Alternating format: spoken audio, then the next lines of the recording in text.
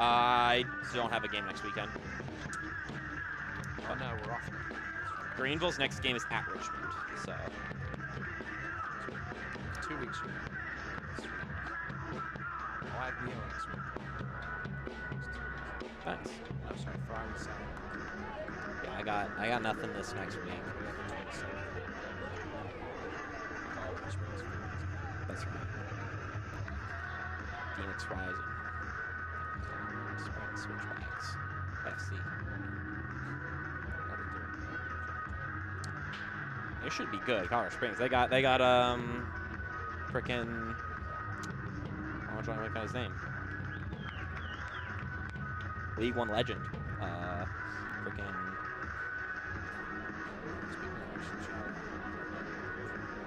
oh yeah. How many? What did he? He scored what? A brace? Like a player of the month. Jeez. A League One guy.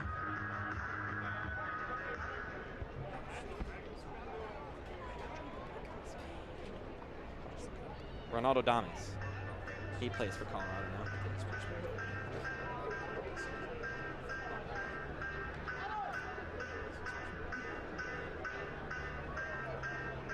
Christian Herrera plays for Colorado Springs Switchbacks. Talking about a League One deep cut.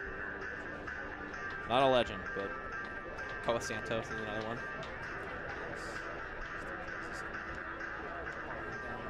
Yeah.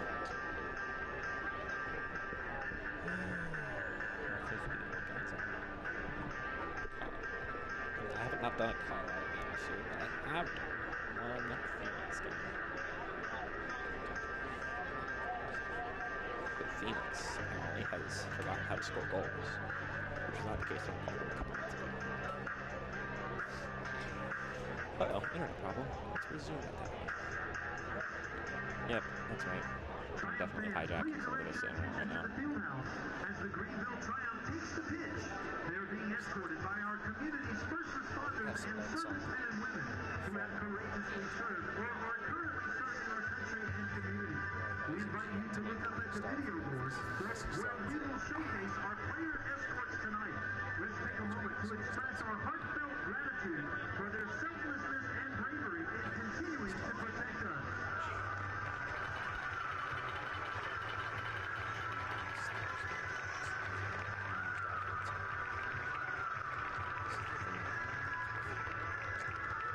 Can't make the jump willy-nilly.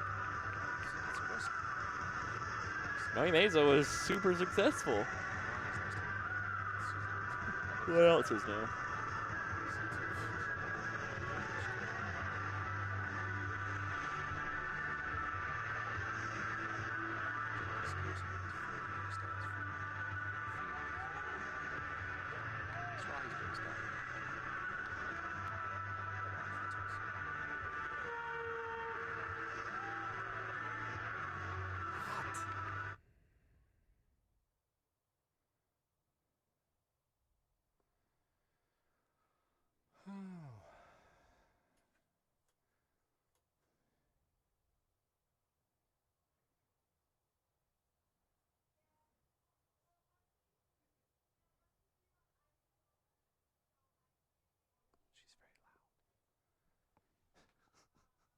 Who, Maria? Yeah, I can hear her. I like her, but she's very loud. Oh, no, she's a very loud person.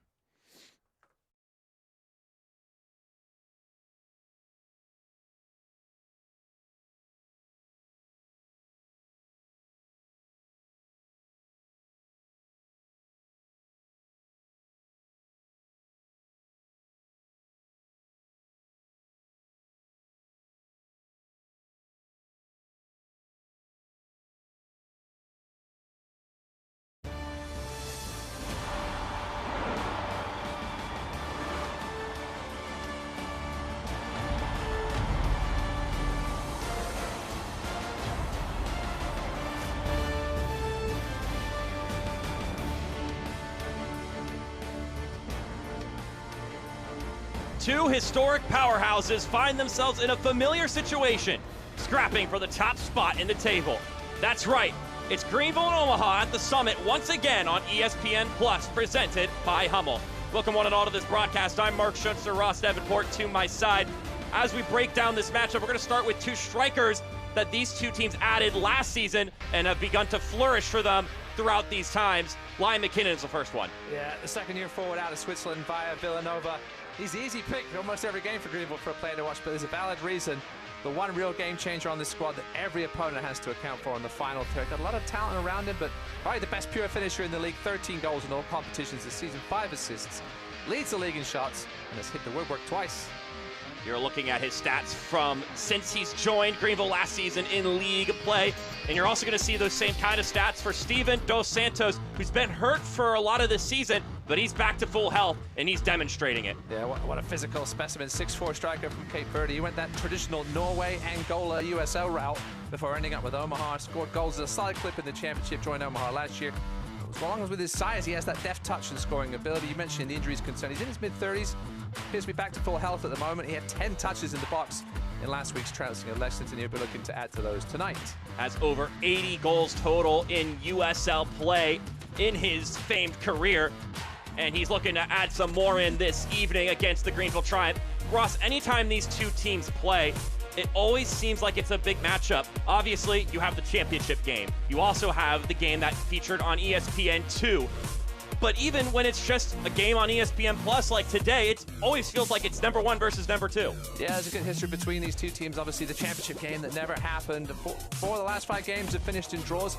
Omaha with a 2-1 win here in their last meeting last August. And with that in mind, we're actually going to break down some more of the numbers historically between these two sides in the league.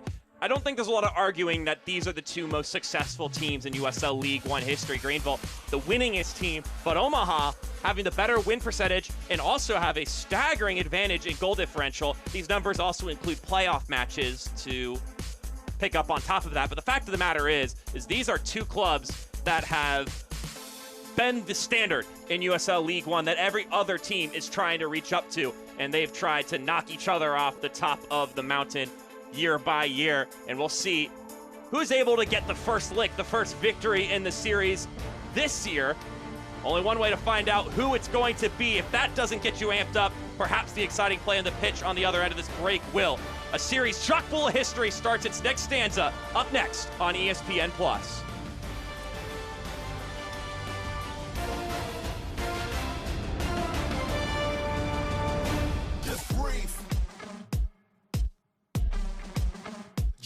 Just breathe. Woo! Let's take this thing higher than you ever been. Stand tall like Everest. I mean higher. You ain't gotta settle in. Go places that never been. We go higher, non-stop. Take it to the top, even when the ball drops. My man, we go higher. Woo! Let's take this thing non-stop. It's time to go higher. Cycling was a lifesaver. It really was. You know, when we first talked about the business, I could tell it was more than just a new direction for you. Yeah, it's a full-time passion now. It wasn't the easiest journey, was it? Hanging on for the ride, that's half the fun. Staying ahead of your competition, that's the other half. There's always more ground to cover. Let's find a way.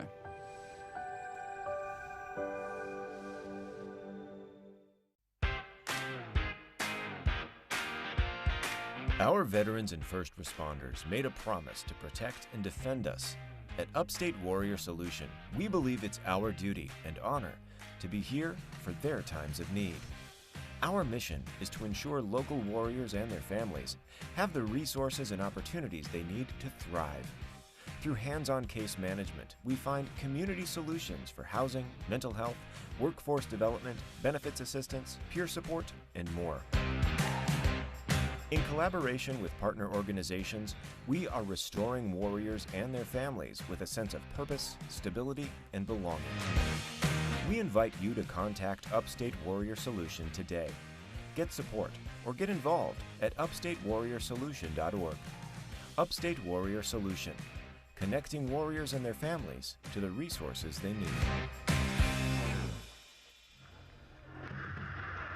Not too far away from kickoff now for the first meeting between Greenville and Union Omaha this season, the 2024 season, to be precise. Mark Schoenster, Ross Davenport with you here for this broadcast presented by Hummel. Really looking forward to getting this one kicked off. But before we can do that, we need to take a look at our starting 11s. First off, for the Greenville Tribe, a couple of significant changes here, Ross, due to one reason or another. This one brought to you by Pella Medical Center. Yeah, Rick Wright has some problems in the middle. Chapa Herrera apparently picked up an injury late in training this week. Sebastian Velasquez only on the bench due to some sickness, and Daniel Wu suspended due to the red card he received in the Cup a couple of weekends ago. No game last week for Greenville, so they're coming off a good long break. Carlos Anguiano will get only his second League One start in the middle of the park. Brandon Fricke is healthy though. That's a good sign, and Tyler Polak looks like he'll play left wing back tonight as they try to match up with the 3-4-3 sort of Omaha. You already mentioned Anguiano stepping in. Zakowski, a little bit more familiar with stepping in the role for Sebastian Velasquez after Velasquez went down earlier in the season for a good stretch of time. Meanwhile, on the Union Omaha side of things, it's an entirely different story from the Greenville adjustments. It is the exact same 11 with the exact same players on the bench from their victory last weekend against Lexington. Well, listen, Mark, when you've scored 4+ goals in 4 of your last 5 games, you don't want to be changing stuff over too much. Dom Castillo sticking with the 11. You got the Italian connection at the back, the Brazilian connection in the middle. And then we're going to call it the Angolan connection up top. Dos Santos played a bit in Angola, where Lagos Kunga is from, but a potent offensive lineup that Greenville is going to have to try and stuff up, especially in the middle. Just try and just slow them down a little bit when it comes to the offensive side of things. You already talked about their goal-scoring output in these past few games. Scored 4 goals in the first 45 minutes against Lexington on the road last weekend. Of course, the Owls would love to see that happen again. Greenville would be the last thing on there that they would want on the list of priorities as we get you back here to the view of Paladin Stadium. And that's a big, important name coming back to the starting lineup for Greenville. Brandon Fricke, who is ready to go. He's got the captain's armband on once again, and the timing was just right. As you mentioned, Daniel Wu will be missing this game. But now they've got the veteran, the leader, back in the mix. They'll be wearing their lunar kits today as they clash with the Black Unis of Union Omaha. And the 55th anniversary this week of the Apollo moon landing. Giving a deal on those lunar kits. A good little contrast here. The Omaha kits almost look like a galaxy from a distance. Yeah, Fricke smashed in the ankle in Charlotte. It was almost a couple months ago now. He's back on April, actually more than a couple of months ago now. Fricke's missed a ton of time late, but back in tonight. And what a game to come back to. It's number 1 versus number 2 in the standings. The Owls meet up with the Triumph. Have to keep an eye on this Greenville starting 11 because in formation we weren't exactly sure how they were going to line up. Changes coming. Looks like Tyler Polak will certainly be playing a little more forward tonight. He has played a bit of left midfield during his seasons with Greenville. Looks like he'll sit deep, perhaps Evan Lee right back, it looks like. No? We were playing guessing games when we got the 11. The loss of Velasquez and Herrera, 2 massive losses in the middle of the park for Rick Wright. Well, usually this is a team that sports the 4-2-3-1 formation for the most part, but as you mentioned, the assortment of personnel did not suggest that kind of shape here this evening. But also, not only is that a personnel thing, but it could also be an acknowledgement of the matchup, because this is an Omaha team that's been having their way, especially on the offensive end of things. And we already touched on it once, but we'll touch on it again. The shape's the same, the players are the same, and there's good reason for it, because the Owls have been in good shape as of late. It does look like Evan Lee in his normal defensive midfield position.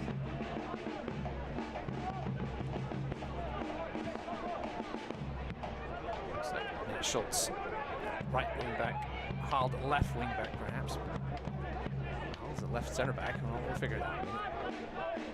Let the play sort of shape itself out a little bit. Yeah, here comes Pollock now. He's just pinching in. Known to do from that fullback spot of late as well. It's Gunther Rankenberg getting the starting goal tonight. Rick Wright, when we spoke to him earlier in the week, he hadn't made his decision on the goalkeeping situation yet before the last session of training this week, which was when apparently Chapa Herrera got hurt. So Always been a storyline throughout this season for Greenville, the who's going to be between the sticks for Rick Wright's side. That one played forward for Zakowski, but he couldn't quite reach it. Of course, recent signing, Rodrigo Robles, not available just yet due to some visa problems. Here's Lyon McKinnon, tries to drag a shot, and it rolls into the hands of Rashid Nuhu. Very good to use Mr. Robles tonight. As we know, those of us that have followed League One over the years, visas can be a bit of a problem at times. A move made by Greenville during their 2-week break, having last played against Lexington 2 weeks ago. Rick Wright mentioned that there was a bit of a concern with his coaching staff about how things would pick back up after having a whole week off, but the guys came back and it was evidence that they were still working and footballing during that little vacation time. And the energy was really high in training this week in preparation for this matchup. So the players really taking care of themselves and making sure that although it was some time off, it's still the season. You want to make sure that you stay locked in and ready to go week to week. There's some golf played, some trips made. Rick Wright had a bit of cosmetic surgery, as he said, on some skin cancer on his head. So he seems to be recovered from that nicely. He was in good form. Spoke to him earlier this week.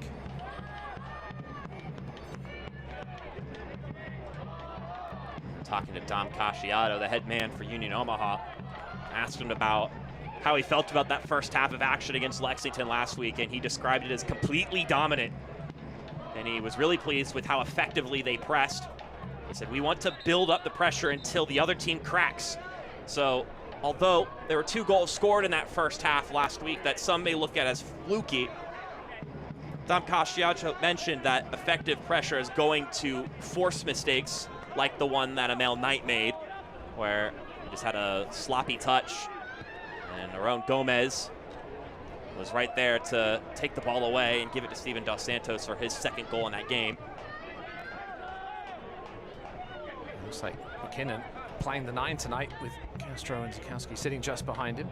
A changed role. We've seen him play there occasionally over the last couple of years as well.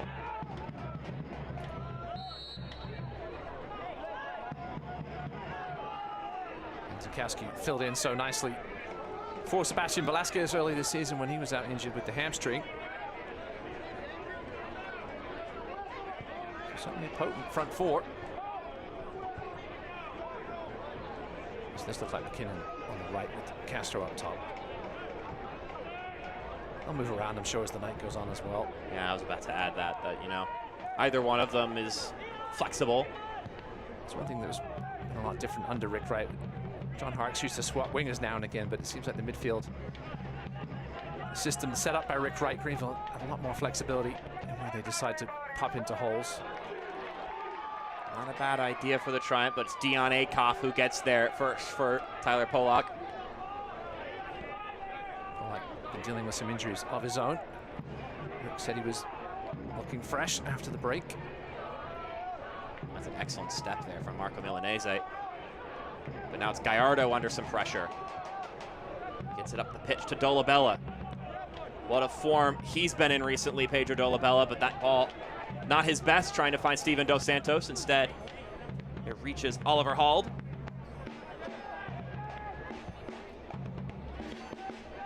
The long ball forward for Zakowski. Zakowski does well there to position himself. The cross floats up, headed away by Mastrantonio. We're jostling for the ball, it's bouncing around, and a whistle blows from our head official, Andrew Musash. And we'll get a free kick for the Owls here. You're going back to Oliver Hald, his 3rd straight start now, League One play. It took him a while to break into the lineup, but his passing ability, something that Rick Wright really likes. Forwards, the pushing forward of Tyler Polak. A little bit of a hobble there from Pedro Dolabella, definitely not a player the Owls fans will want to see harboring any sort of knock or injury. He's been a goal-scoring machine as of late.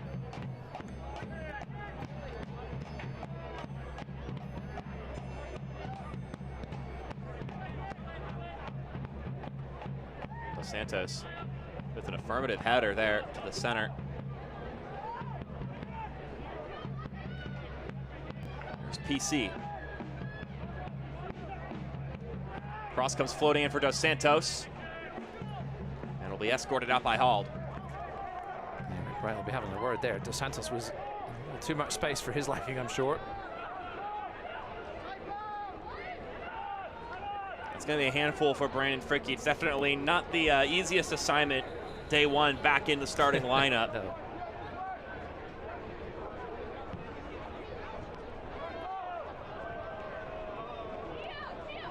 Good touch in the air. As that one deflects out. It'll be a Greenville throw. Greenville last playing in a Jägermeister Cup loss at home against Lexington. Frustrating 1-0 loss in that affair, a game they conceded in the second minute, and despite their best efforts, could not find an equalizing goal. They'll look for one here though. Polak sends it inside. Castro gets it tapped away. Yeah, as Rick Wright said, it was just one of those games. Everything was going the other team's way, hit the post twice. Lexington didn't really pose much of a threat, sat back most of the contest. Kunga enters the 18. Cuts to his right. Kunga parries that, and it's off the chest of Rankenberg. He's trying to feed it inside. Instead, hit the Greenville badge on the jersey of Gunther Rankenberg. PC's ball curls in, and it's just too far ahead of Dolabella. Yeah, PC's been superb since forcing his way into this starting lineup. Most of the good things that happen offensively come through him, and then via Dolabella. Just so much offensive talent. Talking the offseason was Lexington's offensive talent added, but I managed to retain a ton, even though they lost so much over the last couple of years. We've got a free kick incoming for the Owls. Well, 6 of their top 11 top minutes guys from last year, 4 of their top 6 shot takers gone, and still managing to score goals for fun. PC, nice addition. Snowy Meza, Joe Brito, Connor Doyle, Luis Heel, JP Skiers, Alex Swahi. Some are getting a little more action than others in leagues above. Made the move up. Snowy Meza still yet to make a start for Memphis in the league.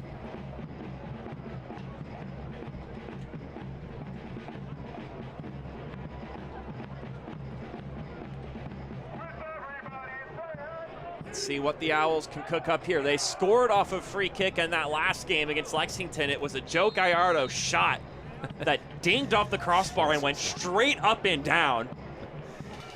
It's just being scored off a free kick. That's a little kind. Here's Gallardo. Technically true. Deflects off the wall and out for a corner kick. It was one of the more bizarre goals we've seen in the League One, that's for sure. There definitely was an aura of silliness with that one. Consider the 2 silly goals that Lexington gave away. It would have been 2-2 if not for those 2.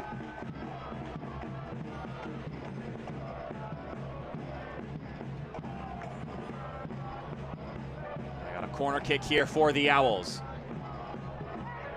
BC drives it in. Headed down, whistle blows. Body's going to the floor, and it'll end up being Greenville's advantage. Some contact, I think, in the back of Oliver Hall. He grabbed his neck. Position goal side.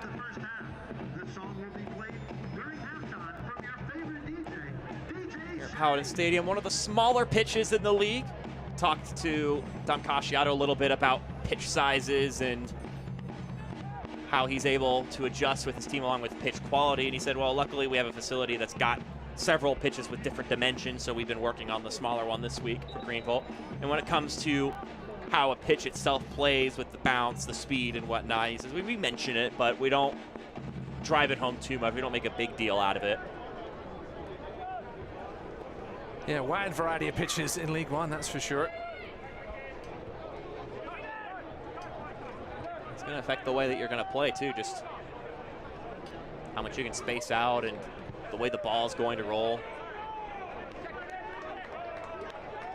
Even if it's going to be a turf pitch or a grass pitch, it's a major difference. Well, with Triumph adding a couple of owners this week, new owners. Yes. Rumors about the potential stadium down the road picking up again. Hopefully we'll hear some news about that over the coming months.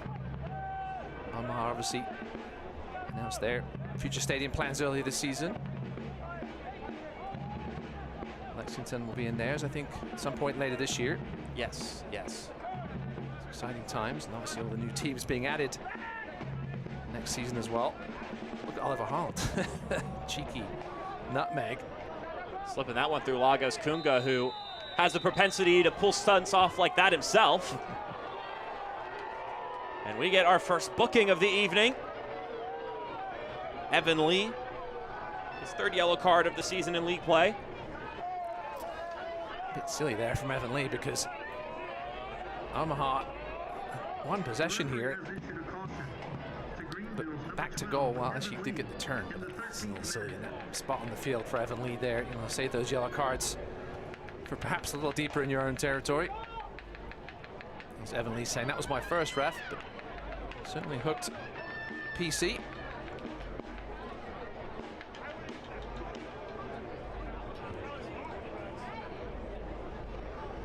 Dion Akoff, I noticed him earlier, Mark. He grimaced about 5 minutes ago and grabbed his back.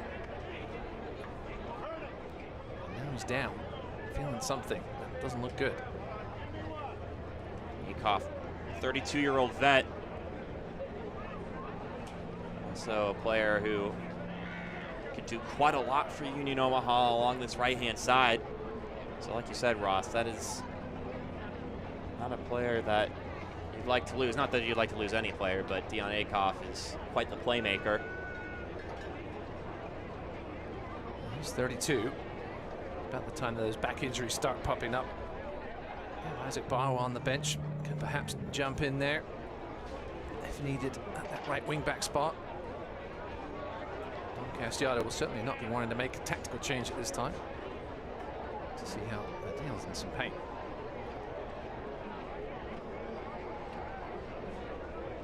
Backs usually aren't one of those things you can run off like. He's hurt. Californian in his third year with the with the Owls.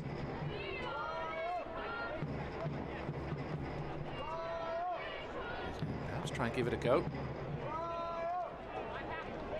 Referee. That's how he has to wait for play to restart before he can come back on.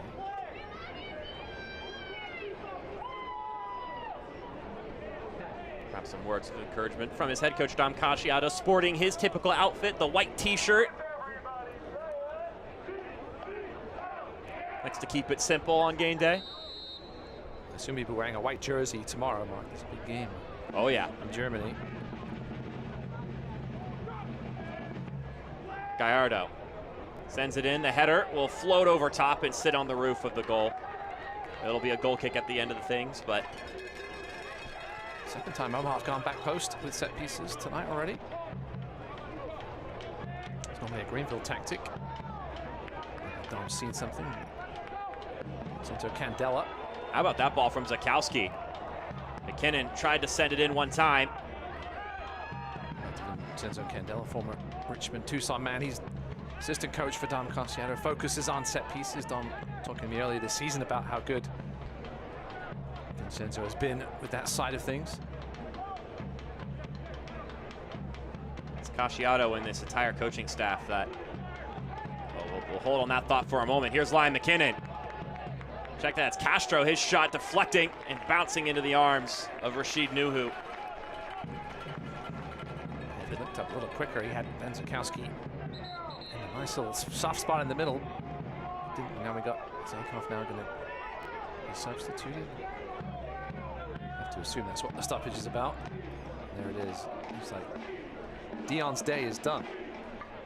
See him limping quite heavily.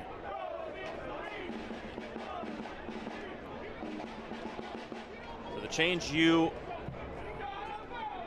postulated earlier, Ross, will be the switch that is made.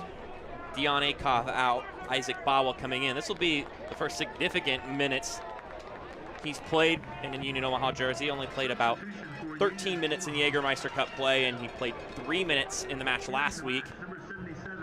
But he's going to go practically the whole 9 yards in this one for the Owls.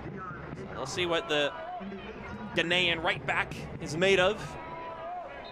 He played 14 times for Omaha a couple of years ago. Wasn't with them last year.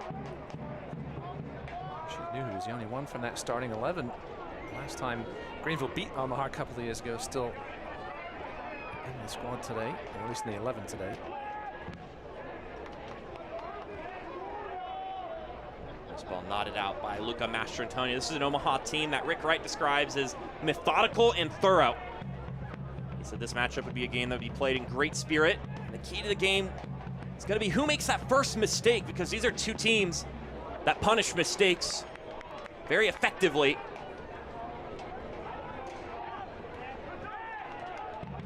McKinnon bringing it forward. Sikowski tried to play it back. Dolabella goes down and draws the foul in the process. A little softly. Carlos Anguiano, a lot of pressure on his shoulders tonight.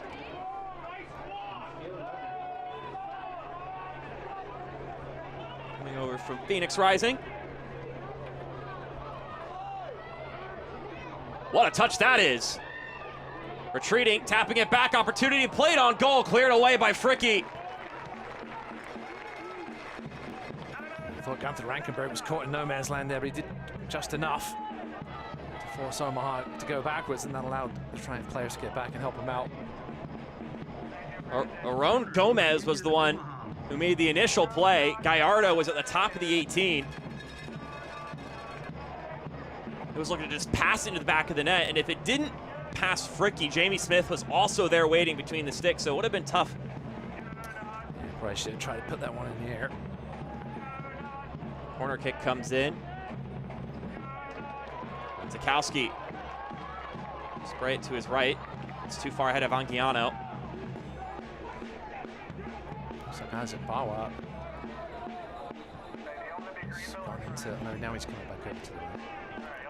So he was playing center back there for a second. It's a good thing why he was helping out over there. A nice little break for Greenville, who've looked okay so far considering the absences in the midfield. It's as little as Anguiano has played this season. He was a sneaky off-season signing coming over from Phoenix. Bawa bringing that one down. Playing against Phoenix in the Open Cup, and I quite remembered Anguiano. Olabella, excuse me, Dos Santos tried to slip it through. And the Owls will reset. Let's bring it through once again.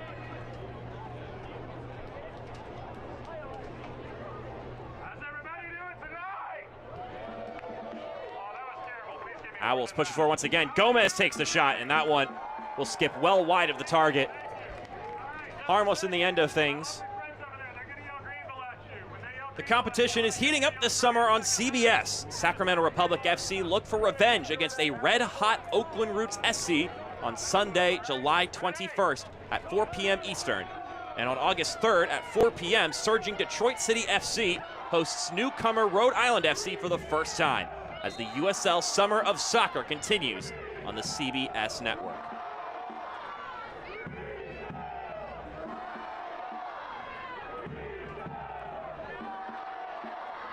Offside flag going up, and Greenville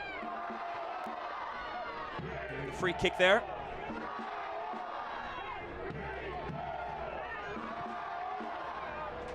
Sikowski been active in this one early on, which seems to be the case anytime he gets out on the pitch. I was going to make the comment earlier, Ross. He's done well in 2 aerial duels already in this game, where he's done well to position himself. And he's not the tallest player, just at 5'8", going up against center backs. See if he's able to pull that off in a key moment later in this game.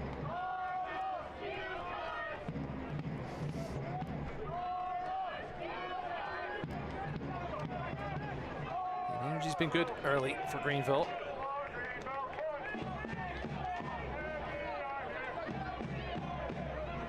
test for them. A relatively comfortable schedule so far in USL League One. As to Madison, haven't faced Omaha yet. Beat Charlotte. Played Madison and Omaha, just did a combination of one time.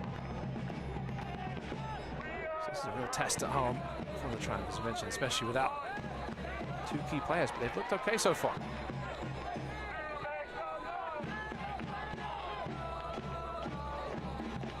Meanwhile, for the Owls, this is an opportunity for them to see that #1 next to their name on the table. Having been playing catch-up this year with the games in hand. Castro, slipping ball forward. Lee plays it centrally, and it's cleared out.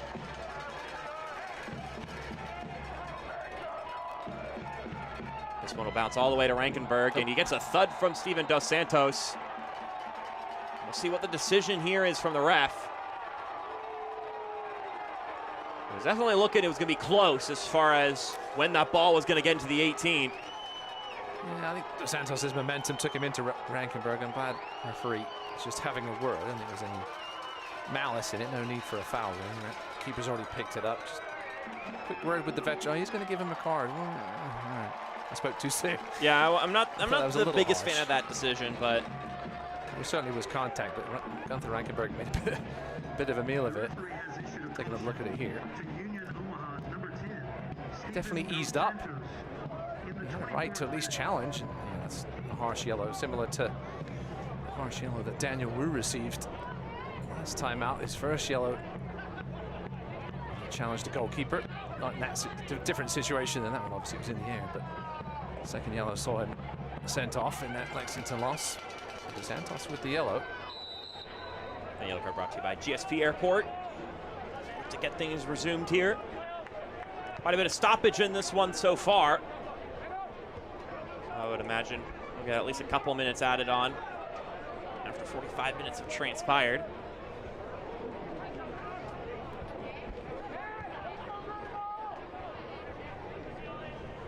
Castro and McKinnon with the 2 shots on target so far in this one. Omaha still waiting for their first.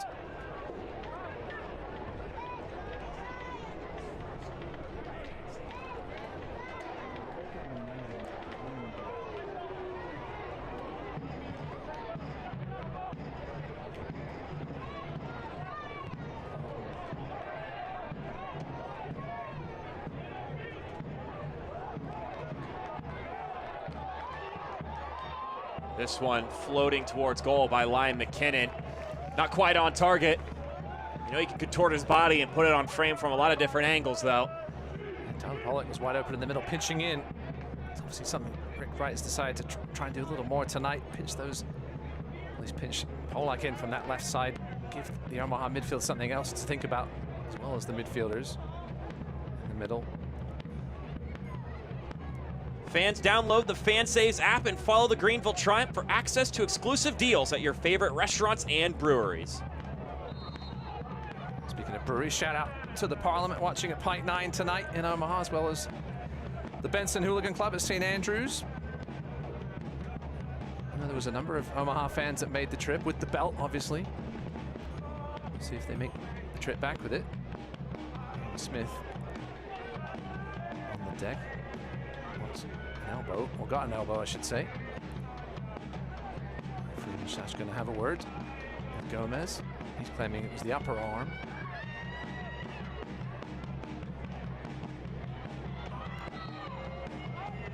This is a Greenville team that Dom Casciato described as a team with good spirit and are really organized.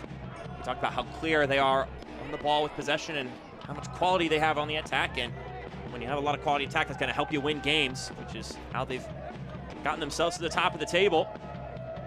I mentioned that this is a team that the side is looking forward to playing.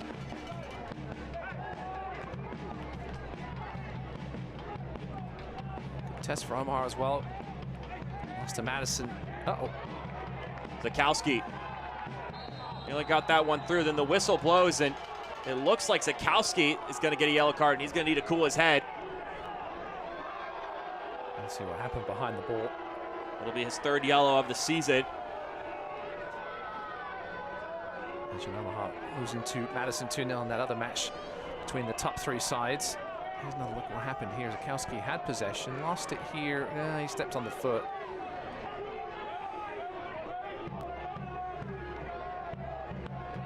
Zakowski knew it was a foul. Perhaps he disagreed with the card being called. It was just a little clumsy.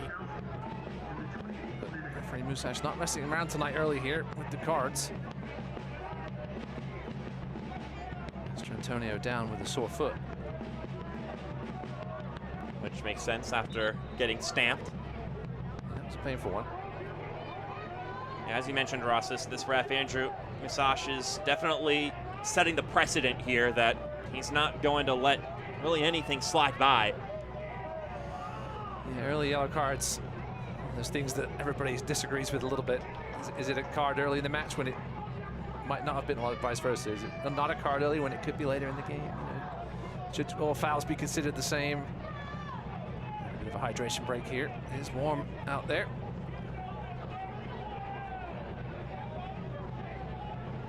Greenville, South Carolina, 88 degrees and feels like mid-90s. So this is one of the situations that when you hear there's a hydration break, you go, okay, yeah, that makes sense. When you're getting close to triple digits, that's pretty rough. That's you be running at high speeds for a long period of time, and you also get microwaved in the process.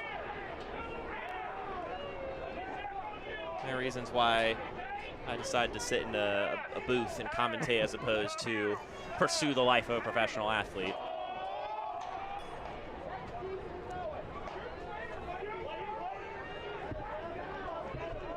You mentioned earlier, it's been a break for the Greenville Triumph, back from the break.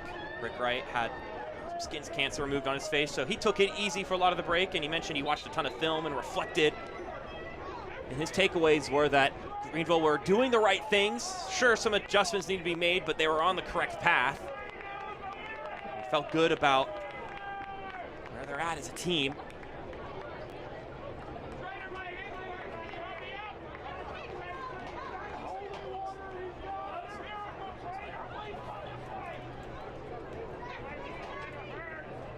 They wait for things to resume here.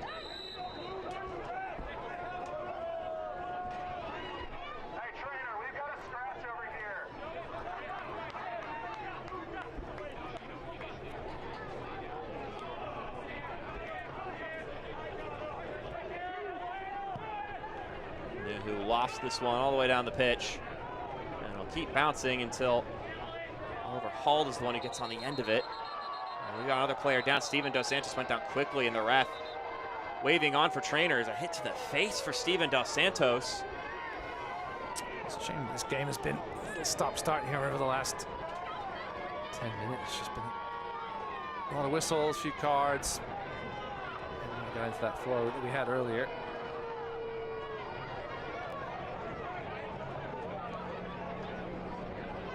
Yellow card's been pulled out, and now we'll wait to see who it's going to be issued to. The referee has issued a caution to Union Omaha's number 21. It's going to be given to Aaron Gomez. In the 31st minute. It's his third yellow card of the season. Brought to you by GSP International Airport. So let's see what happened here. Looks like Fricky's arm may have hit him in the ear as they both were going up for it. But neither of the players in the contact being given the yellow card, so perhaps some words after the fact. Putting Gomez into the book. Yeah, it's just a bit of accidental contact there. Soccer play, as you say. Santos will have to come off. We're talking about what Greenville Triumph staff did over the break. Shout out to assistant coach Mark Ward, who got engaged over the break. Congratulations. Saw a shot of him earlier chatting with some Triumph players.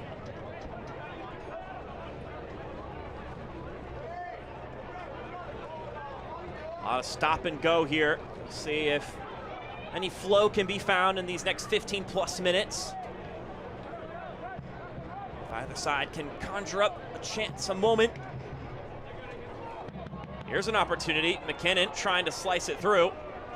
And it's cleared outward by Mastrantonio. Schultz tried to keep it in, but he was unsuccessful in that venture. Fans tune in to ESPN2 for a USL Summer of Soccer showdown between Championship Eastern Conference rivals Pittsburgh Riverhounds SC and Hartford Athletic as they battle to stay in the race for playoff contention. This game takes place Saturday, June 20th at 7 p.m. Eastern. No goals yet in the other 7 p.m. matchups. Lexington against Tormenta, Knoxville against Noka. We do have an early goal in Chattanooga. I'm going to mention it because it was 40 seconds in. Wow. For Papa Mensa. For the hosts, they'll follow with the assist. And remember, Papa Mensa is healthy for Chattanooga. You've got Mensa, you've got Siobhan Marsh, you've got Mael Malongo. That is a lot of strikers you have to keep account for who can do some front three. See if they deadly things. See if they can get things going as a squad in the second half of the season. Sitting right around the playoff line right now. Red Bulls is another foul. Sikowski this time.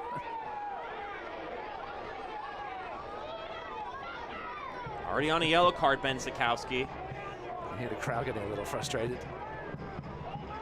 Stop and go here between the two best clubs in the league's history, Greenville and Union Omaha, both with one championship title. Omaha also winning the Players' Shield last season. And now these are two clubs, organizations as a whole, that have now found consistent success even with different managers in charge of the team. And I asked both coaches what the organization was doing that helped promote a winning culture. And John Casciato said, it's all about the people behind the scenes for me. We have a great ownership group led by Gary Green and Larry Botel, who want what's best for the team and that make sure that things are done properly. I also shout out the president, Marty Cordero, who has experience in the industry. This ball floats in, headed away by Castro. Gomez goes down, bumped by Lyon McKinnon. Another free kick incoming. This is from an interesting spot for Omaha.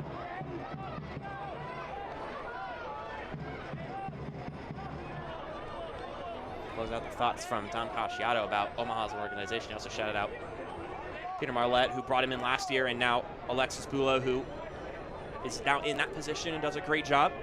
He said it's about creating an environment of winning. That makes sustained success more possible when you have that from the people behind the scenes. Both these teams came into tonight top 5 in fouls conceded. Maybe it's not a total surprise things have deteriorated a little bit here, but there's neutrals tuning in. That was not the most convincing of punches away by Rankenberg.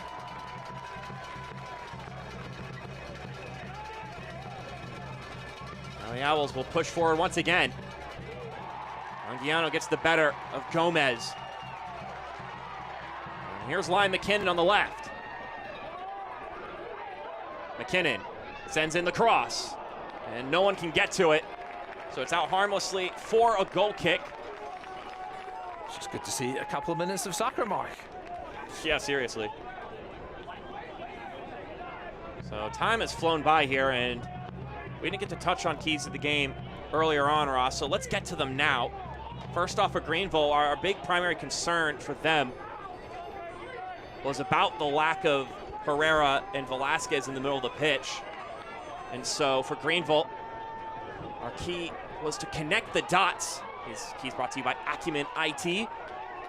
Just make sure you can get the passes together, and even though you have two significant linking players in the middle of the pitch gone, you can't be turning the ball over to this pressing Omaha side that have proven just how oppressive they can be without the ball at their feet. And then on the Omaha side of things, they've had some great moments throughout this run, but it hasn't been a great 90 minutes for them in a lot of these games. They've had good halves, they've had good windows of play. You had the 4-0 lead in the last game, only to concede 2 in the second half to Lexington. They were up 2-0 against Chattanooga, only to allow 2 goals before that half concluded. So it's about going that full 90 minutes and being a bit more consistent. It's been a little bit hard for either of these teams to really find much consistency in this game in particular, though, Ross, because of all the starting and stopping. but I guess at the same time it has meant in the other team not being able to do it too. So this game is still very much up for either to grab. And guess what? Another foul. And it looks like a yellow card has been pulled out once again. This one to Marco Milanese, his third yellow card of the season. So that is now 1, 2, 3, 4 yellow cards. It's like Christmas out there, just handing out cards to everybody you're semi-associated with, referee Musash. You had me lost there for a second, because when you said Christmas, and I was thinking about the color yellow, and I was not sure. People still send Christmas cards? I think they do, but it's usually Yeah, now just photos of the family and an update. Yeah, social media post. All proceeds will allow them to continue to serve veterans. It's definitely becoming less and less prevalent, but I believe it's still out there. Back to the keys. I think Greenville have done a good job so far, especially Anguiano. He's fitting very nicely so far. Zakowski's been in and around the ball, buzzing, fouling, getting fouled. Evan Lee's pushing forward now again, as you see there. See more and more of that from him as this season's gone on. Anguiano dropping deeper, allowing Lee to do that, just like Chapo Herrera does when he's healthy. Here's Pedro Dolabella trying to push that one forward. Bawa's there making the run, but Jamie Smith gets the clearance off.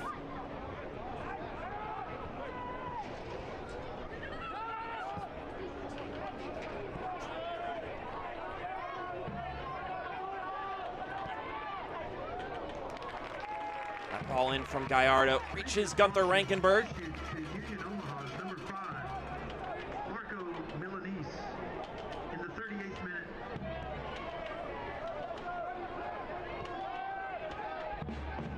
So an overall clunky first half thus far. Both these teams have the ability, though, to explode here in the last couple minutes. And again, because of all these stops and starts, imagine we'll get a couple minutes tacked on by our fourth official when we hit 45. So still a window of opportunity for one of these teams to change the tenor of the match.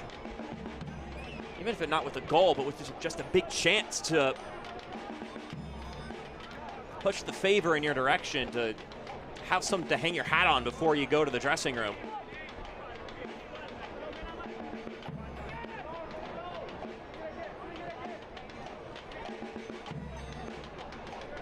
See Zakowski and Evan Lee almost man marking PC and Dolabella, and the ball is in the center of the park.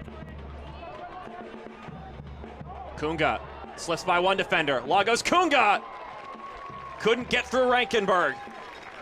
He looked up and was waiting for help at the back post, but it wasn't there in time, so he had to just try and shoot. For Greenville, Rankenberg stood tall, deflected that one away, but Kunga, when he's had time and space down this right-hand side, he's been a pain. It's a lovely little dink inside. You see nobody there in the back post. The cutback was there, but there's plenty of Greenville players on the edge of the 6-yard box. He loves to slide by defenders, Lagos Kunga. So we get this corner kick. PC floats it in, and it goes over the head of Dolabella. Dos Santos keeps it in play.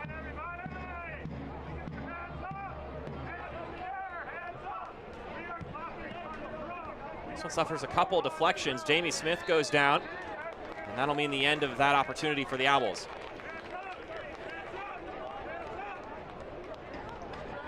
Fans, your attention, please. Your attention, please. Ron Robertson, please report to the ticket box office to claim a lost item. Again, Ron Robertson. Make sure to visit GreenvilleTriumph.com to check out the latest merch and kit launches. Ross mentioned earlier the Lunar kits on a sale right now. It's a nice little mix-up to your typical white uniform. More of a gray at the end of things. I was very excited. We'll get to that in a second. Olak stepping there. Can he keep it in bounds? He can, but at the expense of possession. Couldn't reach Ben Zakowski. I was in London. I think I tweeted it out. I was in London last weekend at a very famous used football jersey store, and there was a Greenville Triumph kit. How about that? There was a couple of Madison jerseys. Those seem to get around.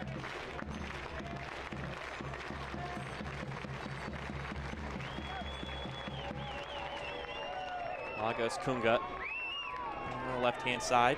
Now Dolabella. It's like Bawa over on the left-hand side quite a bit in this game. Bawa's ball Didn't think that was kept in play, and it wasn't.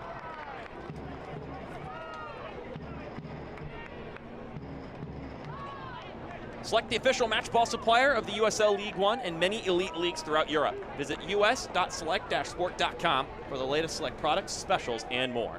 Select, the player's choice. 3 more minutes of the standard 45, and then whatever gets tacked on. Yeah, it's been a weird first half.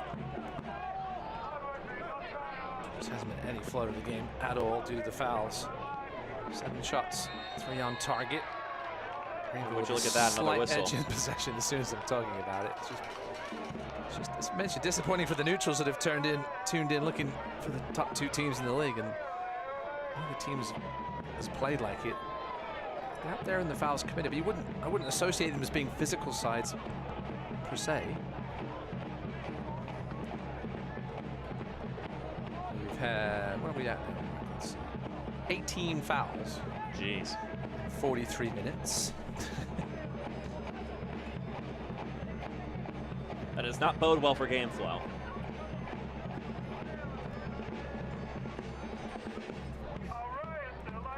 A little bit of head tennis here.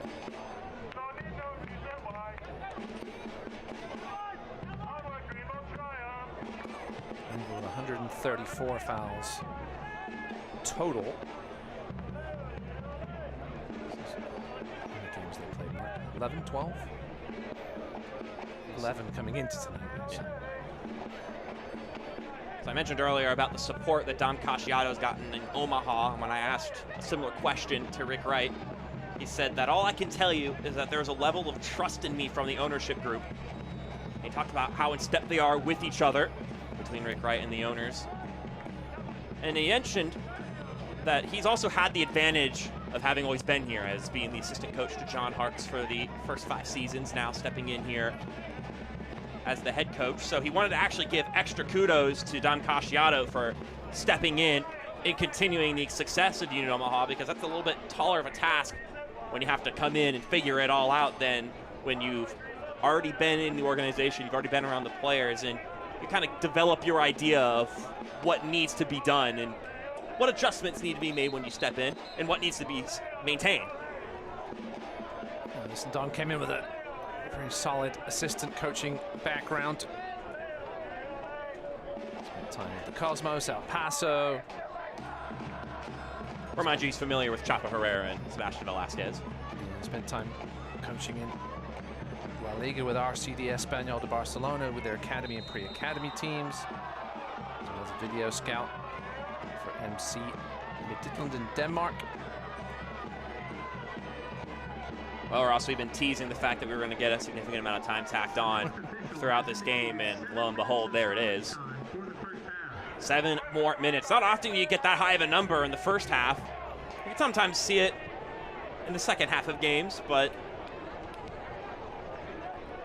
if there's ever a time that it would be warranted in the first 45, this is one of those times.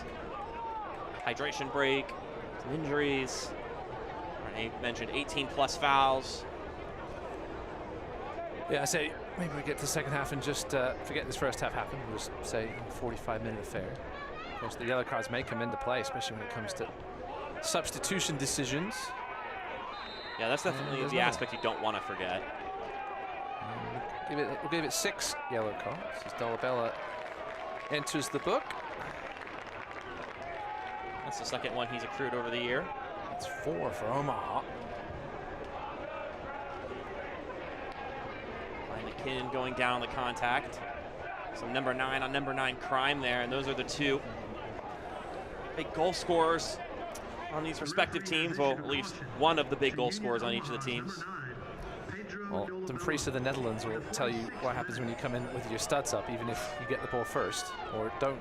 The player gets the shot off first. That was almost the situation there for Dolabella, punished for coming in with the studs up, even though perhaps there wasn't a ton of contact on Lion McKinnon. 4 yellows now for Omaha. Milanese, Gomez, Dos Santos, and Dolabella. This yellow card brought to you by GSP International Airport. You bring it up, Ross, that Harry Kane penalty. You mentioned to me the other day that you kind of went back and forth on your thoughts on it. Don Casciato, when we asked him, said that he felt it was a penalty, not because he's English. Well, that probably helped influence it. But he mentioned that there's also, of course, when it comes to a foul, just the level of danger with a challenge, even if the intent is entirely on trying to stop the ball. Yeah, it's one of those things that if that happened in the middle of the pitch after a pass, it would probably be a free kick, right? You tend to think because the shot was got away in the box that it wasn't a foul, but I could see both ways why it was given. All you can do is, if you're pulling for that team, hope they bury the penalty after that.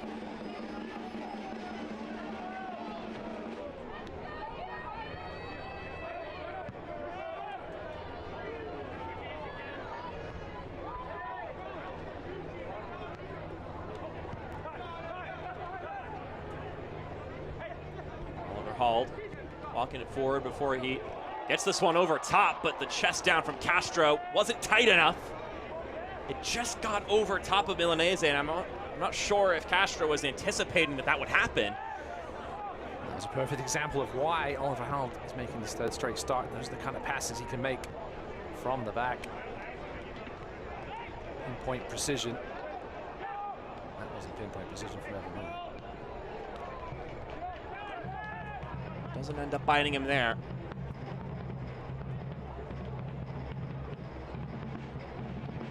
Both coaches will head into the locker room with plenty to say. I think Rick Wright will perhaps be the happier one, all things considered. Here they are at home. We mentioned down Velasquez, down Chapo Herrera. He'll be very pleased with how his three center midfielders have played. Limited Dolabella PC so far. That's definitely the challenge in this one, is limiting those two. Not many teams in the league have figured out how to get it done. Only 3 touches in the box in the opposition box for the Triumph. That will be of slight concern. Just need to be a little braver getting into that final third. With that said, that does perhaps open things up, though.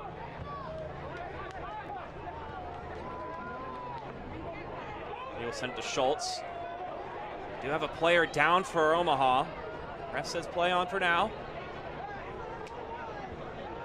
Lee. Cut inside. Plays at the top for Anguiano. Switches over to Zakowski. Ben Zakowski couldn't bring it in. He kept it in bounds, though. If his first touch been better there, that was a golden chance. For Zakowski, and you see him look into the skies there. He knows what that could have been. He was in tons of space. Player down.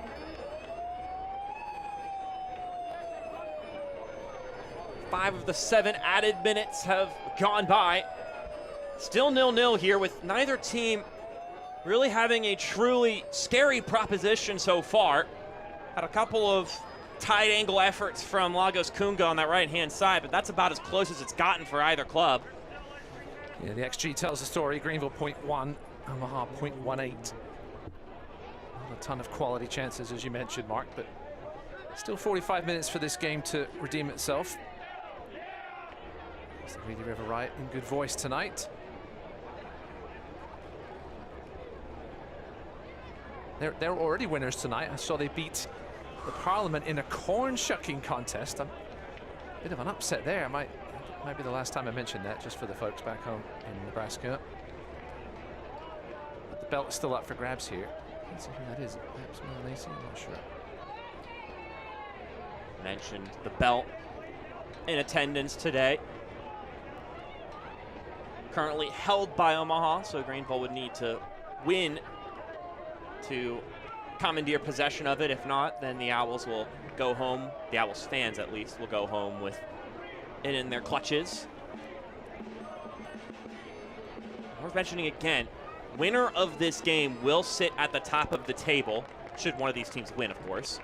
Greenville would very much clear with 26 points. Meanwhile, the Owls would go up and tie Greenville.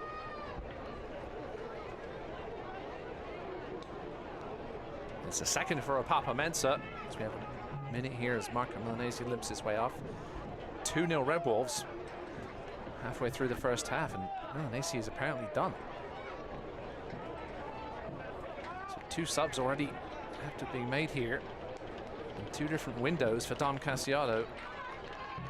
Jerome, straight up center back sub, comes in.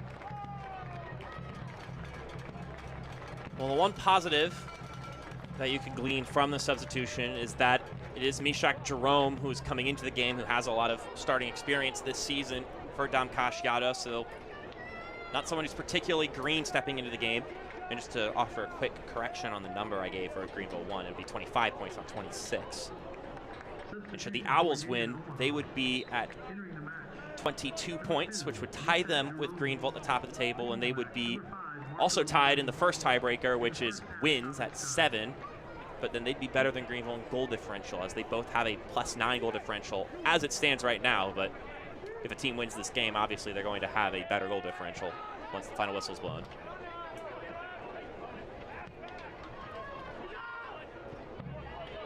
Yeah, last year we had such a great fight for those top 3 spots. No coat, Omaha, etc. Madison this year looks like it might be maybe 4 or 5 horse race for those top couple spots. Still a long way to go though. I don't know how important home field advantage is in the postseason. Remember, 8 teams making it this year, not 6. You have to win 3 games. Previously, top 2 seeds only had to win 2. Definitely leads itself to having more drama, Ross, because if there's anything we know about this league, it's that on a given day, anything can happen. Especially with, you mentioned Ropapa Mensa and that Chattanooga team. I know for some reason we've now talked about them twice, but I guess it's because they've been scoring goals. But that's a team that's not currently at the top end of the table right now, but if they slip in and they go up against one of those top seeds, I would not be that shocked if they could pull off an upset in the playoffs. Not at all. Dolabella, dishing it out to Steven Dos Santos. Now Kunga. Got a little tripped up there. And I think in this moment, Ross, you take a free kick here as opposed to letting play go on, just because you had your back towards goal, you're retreating, and instead now you can get Joe Gallardo in here to swinging a nice set piece. Artest Juve with a late first half goal. Lexington with a 1-0 lead over Tormenta at the break. Tormenta making a number of changes in that game. 5 for Ian Cameron. We'll see the scores for all those games at halftime as well once this half eventually ends.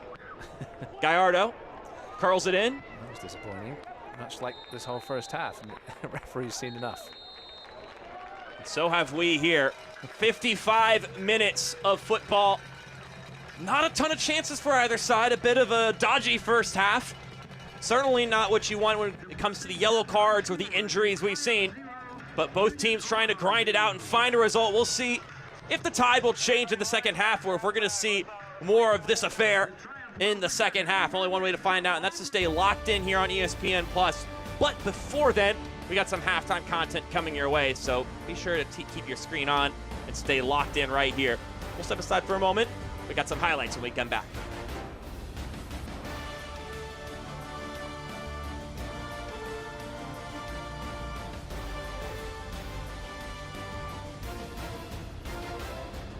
Just breathe. Just breathe. Breathe. Woo! Let's take this thing higher. Higher than you ever been. Stand tall like Everest. I mean higher. You ain't gotta settle in. Go places that never been. We go higher. No stop. Take it to the top even when the ball drops. My man, we go higher. Woo! Let's take this thing. No stop. It's time to go higher. The lottery isn't about jackpot winners. It's about investing in our students. Even when it began in 2002, it was lottery proceeds that helped fund new technology initiatives in schools across South Carolina. And when students booted up those screens for the first time, they discovered a lifelong love of learning that shaped them into the professionals and people they are today. When you play the lottery, the real winners are always our students. After all, education is our middle name. At Upstate Warrior Solution, it's our honor to serve local veterans, first responders, and their families. Our mission is to ensure they have the resources needed to thrive. Together with partner organizations, we are restoring warriors with a sense of purpose, stability, and belonging. We invite you to contact Upstate Warrior Solution today. Get support or get involved at upstatewarriorsolution.org. Upstate Warrior Solution, connecting warriors and their families to the resources they need. South Carolina's economy is growing, bringing new businesses and opportunities. The need for electricity is growing too. At Duke Energy, we're meeting the challenge, providing even more electricity that's reliable, that stays affordable. To do this, we're investing in our communities with a diverse, balanced mix of energy sources and making targeted upgrades to the grid so that South Carolina can thrive in a smarter energy future. We're back here at Paladin Stadium, 0-0 after a dodgy first 55 minutes between the Owls and the Greenville Tribe. But I tell you what, maybe not a ton of action in that first half. There was a ton of action last week in Week 13, so let's go back to the sights and sounds of all those games. For Vinyals, and now Bill Hart, who's just behind him, back for Terzaghi!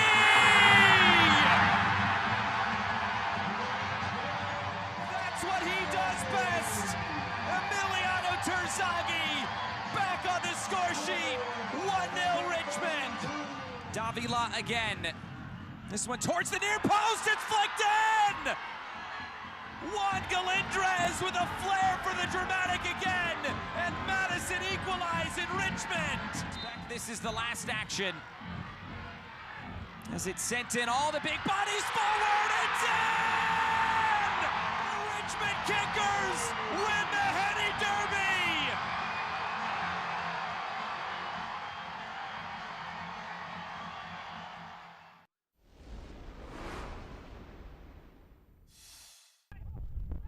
Finding the feet of Mariona, flushed into the area, knocked around. It's a disaster class at the back from Northern Colorado. Fuego into the box, flag down for now. Siobhan John Brown bursts away into the corner. Turning tackles Yamazaki, a back heel Robles, Keegan fires, my word! Super strike. Whimsy, ball in. Gill!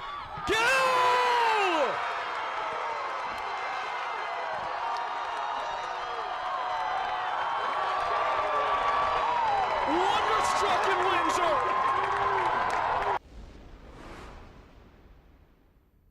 Tequila gets his team going quickly. Tequila, lovely from Tequila! Kempis Tequila breaks the deadlock. Mark McKeever delighted. Look what it means to all of them. They know how difficult that has been. Brazilian winds up, and he tucks it home. The Owls with the early lead. And pressure they have applied here in this one. Here's Steven Dos Santos! Picks the side netting and scores! Oh no, it's a careless giveaway. Steven Dos Santos has two for Omaha. Here's the effort on goal, it's off the crossbar. And it falls back down and in! Bad giveaway. Liotti to Cerritos. Cerritos to the left-hand side for Brown! And Lexington are on the board. The ball's given away, and Lexington are clinical with it. Corrales with the long throw, headed across the face of goal! And it's in for Lexington.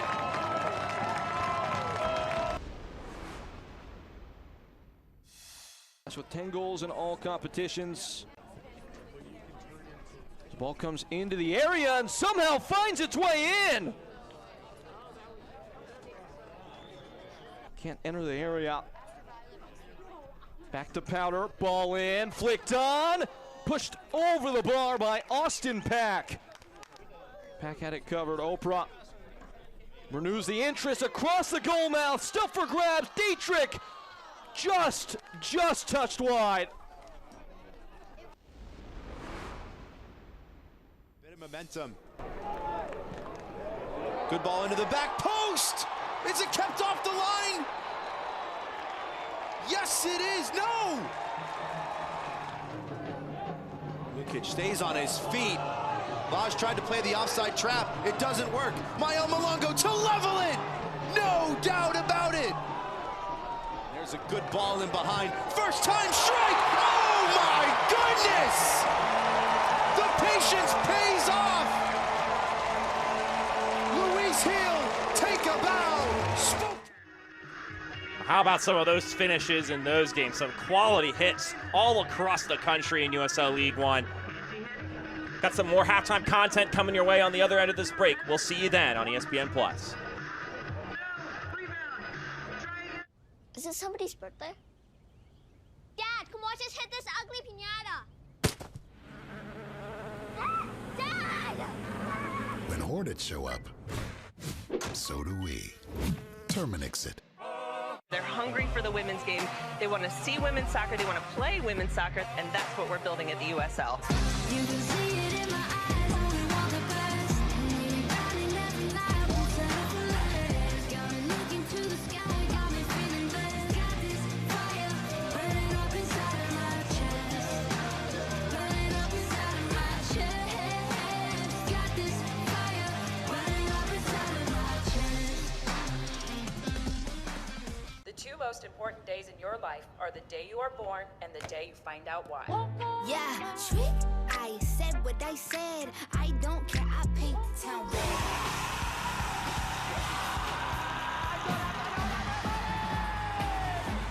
If you can survive this, it's going to make the whole story that much better. The bright horses are broken free from the fields.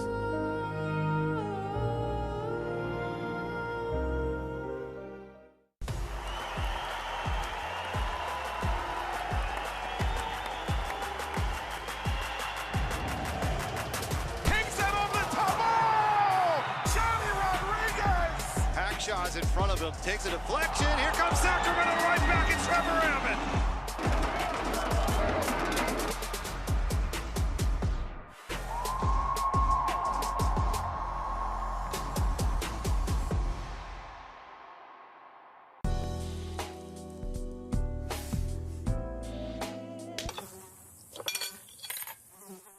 When mosquitoes show up, so do we. Terminix it.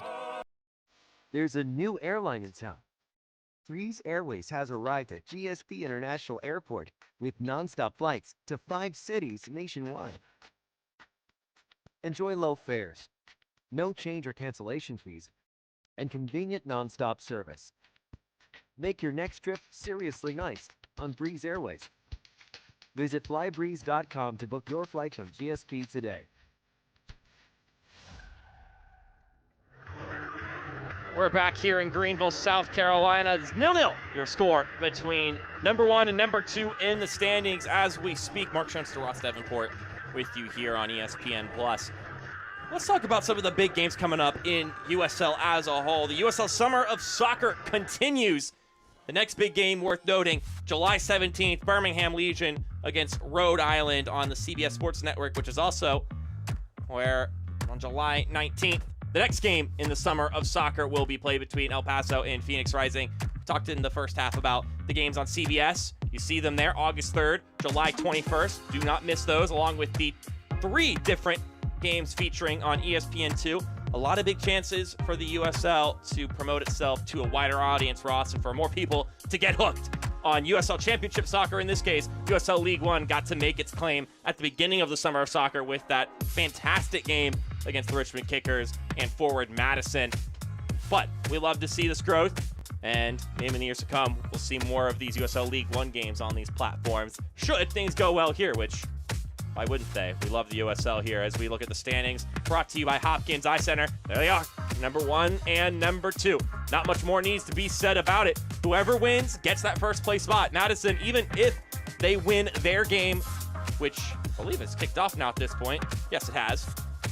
even if they win and they have 23 points total, or 22 points total, regardless of if it's Union Omaha or Greenville who win this game, the Owls or Greenville would be sitting over top. If it remains as a draw, Madison cannot catch up with Greenville because Greenville would have more points than everybody with 23 points to Madison's potential of 22 points. But the Owls still have a game in hand. You see 10 games played versus the 11 of Madison or the 12 of Greenville. Now let's take a look at those scores here and the upcoming schedule in this week of action in USL League One.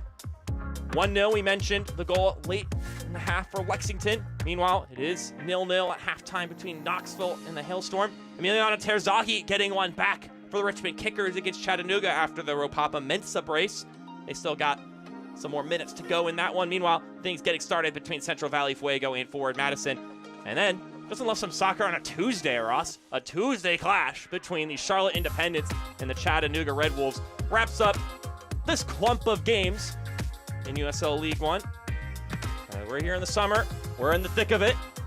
It only gets more and more intense as the months and the games wear on, as all these teams push to make it to that 18 playoff at the end of the season. And we're pushing onward and onward in this halftime show. When we come back, we'll have the halftime highlights and stats, and then we'll have the second 45 on the docket with you here on ESPN+. We'll see you then.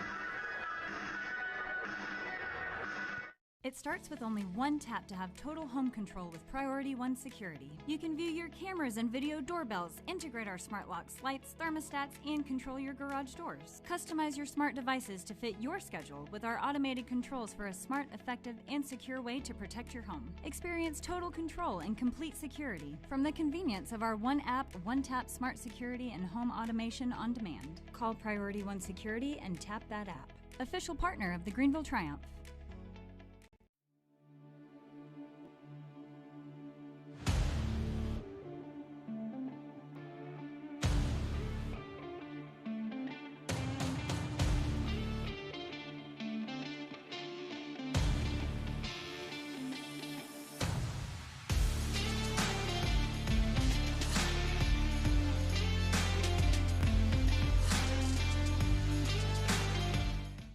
Lottery isn't about jackpot winners. It's about investing in our students. Even when it began in 2002, it was lottery proceeds that helped fund new technology initiatives in schools across South Carolina. And when students booted up those screens for the first time, they discovered a lifelong love of learning that shaped them into the professionals and people they are today. When you play the lottery, the real winners are always our students. After all, education is our middle name. Just breathe. Just breathe. Breathe. Woo! Let's take this thing higher. Higher than you ever been. Stand tall like Everest. I mean higher. You ain't gotta settle in. Go places that never been. We go higher. Non-stop. Take it to the top even when the ball drops. My man, we go higher. Woo! Let's take this thing. Non-stop. It's time to go.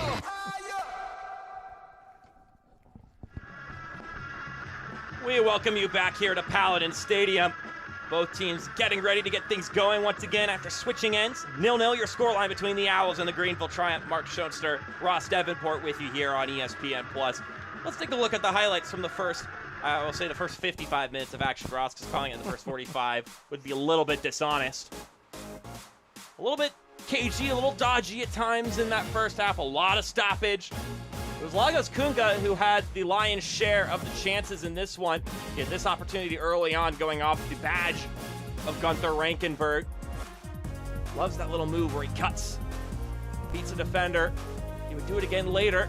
This is probably the biggest chance of the first half, Ross. Joe Gallardo probably needed to put a little more bite on that one, thinking with the goalkeeper lost that he could pass it into the goal, but there was a pretty good wall of defenders between him and the goal to prevent something so simple from getting in.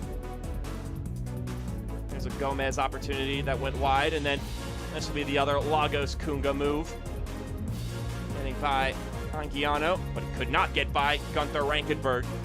And with that, that is where we find ourselves after 55 minutes. And here are the stats brought to you by Coca-Cola. Pretty even all around, but nothing really sticks out here, Ross. Other than 6 yellow cards, we also had 19 fouls and only 12 touches in each of the team's opposition's box in total.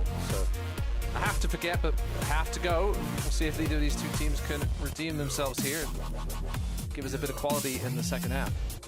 Well, you mentioned I have to forget, but like you said, those yellow cards are something you can't forget. That's something you still need to, as a player and as a coach, keep note of. Steven Dos Santos, Aron Gomez, Pedro Dolabella, Ben Zakowski, and Evan Lee are still out on the pitch, with Marco Milanese being the one other guy who got a yellow card subbed out after he got hurt for Mishak Jerome. Yeah, the two substitutions mentioned also for Omaha. And we're back into the thick of things here at Paladin Stadium in Greenville, South Carolina. One of these two teams claim all 3 points in this affair between number 1 and number 2 in the standings. It's Greenville who are currently sitting at number 1, but if you look at the points per game, it's the Owls who have the advantage. But of course, the saying goes, having games in hand doesn't matter until you get points from them.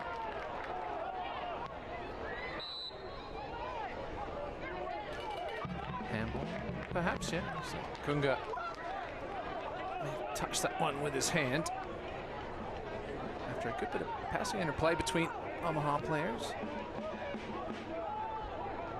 Andrew Musash, our head official, an active whistle in that first half. See how that storyline develops here. Now that both teams have had a chance to get to the dressing room and have a good, thorough chat about, well, anything that happened in the game. But I would imagine what is being called is one of the discussions and how to adjust and adapt to it.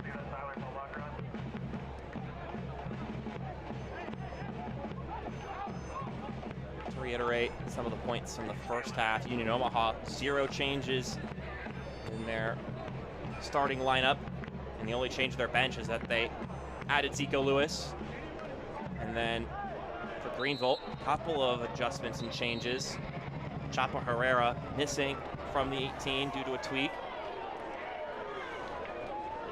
We didn't have to wait long for our first yellow of the second half, as Carlos Sangiano gets one before kicking the ball away after the whistle.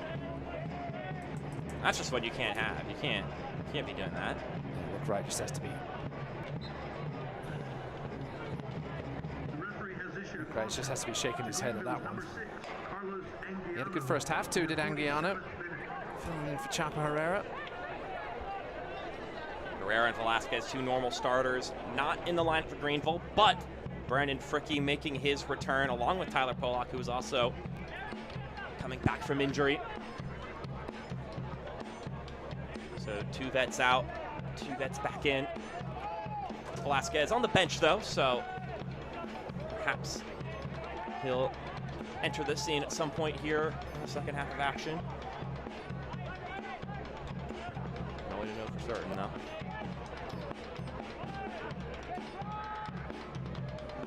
PC has lock that one in, and it bends into the arms of Gunther Rankenberg.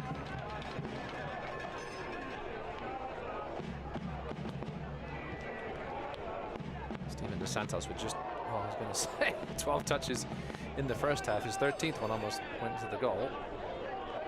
And he had 10 touches inside the opposition's box in the last game. Only 12 total in that first half, so good job by Greenville, limiting his effectiveness in that first half.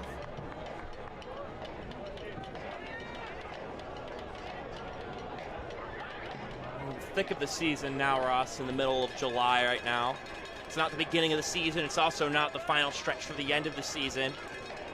I asked Tom Casciato how much he needs to keep his players locked in training during these months, and he said that it's managing a football team at times can be like a relationship or a marriage, which I think is a very funny analogy. He said you got to find ways to keep it fresh or else it's going to get old pretty quickly. So him and his coaching staff work hard to figure out how they can do things differently often. And he mentioned it's a pretty overlooked part of the job as a coach. So how do we get them excited to come into training every day? If you're doing the same old, eventually. As this one's given away and it's a goal! Well, that was the mistake Rick Wright was talking about. And unfortunately, it was for Oliver Harald. Pedro Dolabella, the grateful recipient. A classical finish from Pedro Dolabella as of late. He just keeps scoring goals. He's not going to score many easier than that. Hal was trying to chest the ball back to Gunther. Well, certainly a risky place to do that, but it's also a risky place to try and control it. Just caught in between the two, I think. To try and control it or try and chest it back to Gunther Rankenberg, and he did neither. Dolabella said, thank you very much. The moment to break through for either team falls to Union Omaha. Play some music after the fact. Dolabella, he's played a couple instruments in his celebrations throughout his time with Union Omaha. And his goal-scoring tear continues.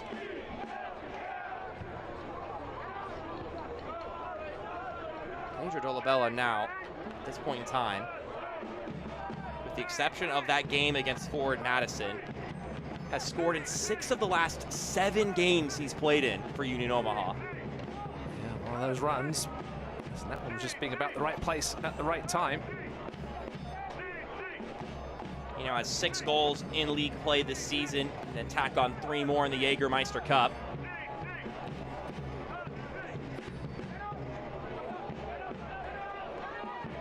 That'll be about, can Greenville find a response? The Owls hang on to this advantage. Omaha, up to this point in the season, especially recently, haven't been able to hold those clean sheets. They've let a couple leak through in these games. Now, granted, these are games where they've ended up winning by a considerable margin just by the output of goals they've been able to score. So perhaps the mentality and the focus will be a little bit different in this one if it remains a 1-0 scoreline. Now, if they're able to tack on a couple more, then perhaps a goal can slip through. Only 2 clean sheets in League One play all season for Omaha. They've only allowed 12 goals in 9 games. 6 of those have come in the last 3. Bawa plays it to his right. Dos Santos to the right-hand side. This one squared centrally once again and cleared out for a corner kick. Oliver hauled the one to clear it out. The Owls love to pour it on. It's always those next 5 minutes after a goal is scored that could be so crucial. How do the 2 teams respond? The Owls not looking to get loose here just because they're up a goal. Yeah, keep an eye on Dolabella here. He's likely to be the target on this corner kick. Him and Dos Santos, very capable in the air.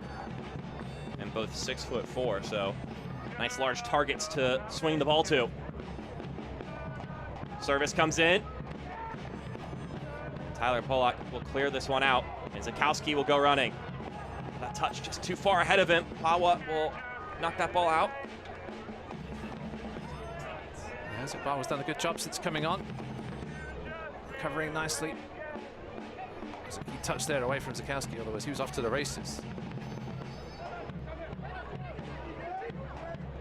Schultz plays this one forward, flick to the middle of the pitch, where the Owls will gain possession once again. This would be where Omaha can be so dangerous. When the other team starts feeling the need to get more aggressive, they could force more of those mistakes, and in return, have more attacking opportunities. And that goal, one thing it's certainly going to do, Mark, as you said, is open things up. Steven Dos Santos to Bawa. Cross comes curling in. Gallardo brings this one down. He's able to keep it in play, but to nobody in particular on his team. And now it'll roll out harmlessly for a throw.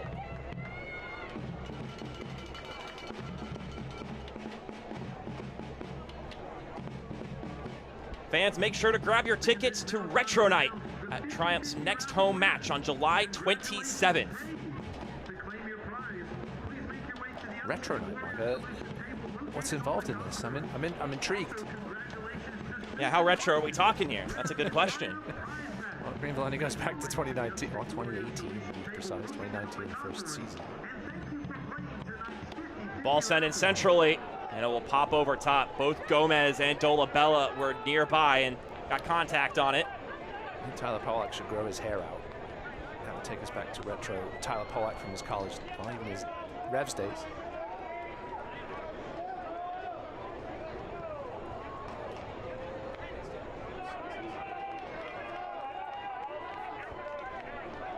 And Giano to Evan Lee.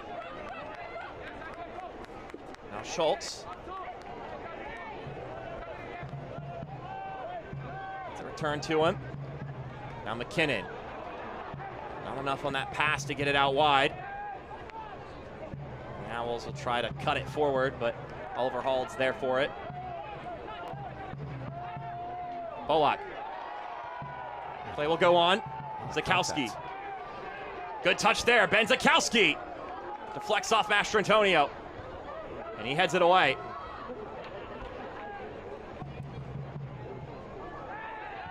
Anguiano goes down there, and a free kick incoming for the Triumph. Polak not complaining. And the tackle a few seconds before that foul. There's a good amount of contact on the Greenville Triumph veteran. He was still looking for his first League One, or first professional goal. They do get the foul in the end, just a little further out. See if Greenville could do anything here from the set piece.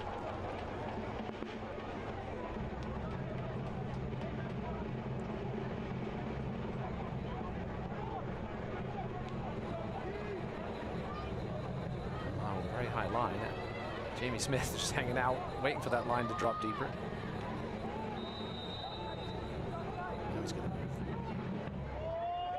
McKinnon driving it in. Comes down to Zakowski, but a push on Steven Dos Santos will mean no play will take place here. It's not easy to move that man. Ben Zakowski had to get a bit of a two-handed shove on Dos Santos and got away with it. He's got to be careful, Ben Zakowski. I would argue whether he got away with it there since the whistle blew, but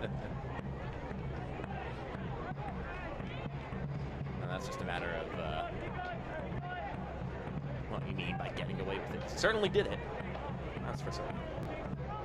Can't watch the match? Turn on SiriusXM FC 157, North America's only 24/7 source for engaging soccer talk, including USL All Access Tuesdays at 8 p.m. Eastern. Plus hear live matches from the USL, MLS, Premier League, and more, all on SiriusXM FC 157 and the new SiriusXM app.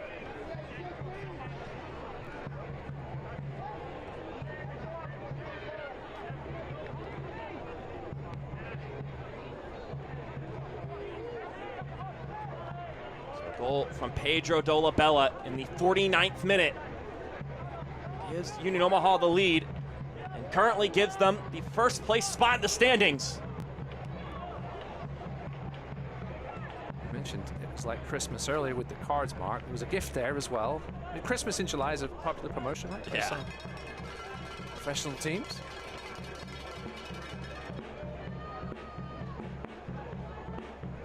I mean, in the first half of action, although there could be criticisms for the flow of play and how things looked on the pitch entertainment-wise, the fact of the matter is neither team was budging and letting the other team really get any real opportunity. So it's going to take a moment, a slip up, as that ball is deflected out by Blake Malone. Corner kick for Greenville.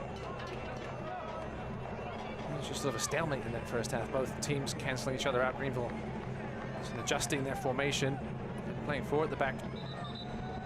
Often of late, going to 3 tonight. Talked to Don Cassiano a little bit about 3 at the back. He said these things kind of come and go in waves. He doesn't get too caught up in the formation because of the movement of his play. It's just sometimes the best way to get your best 11 on the pitch. From the right flag, it's Ben Zakowski.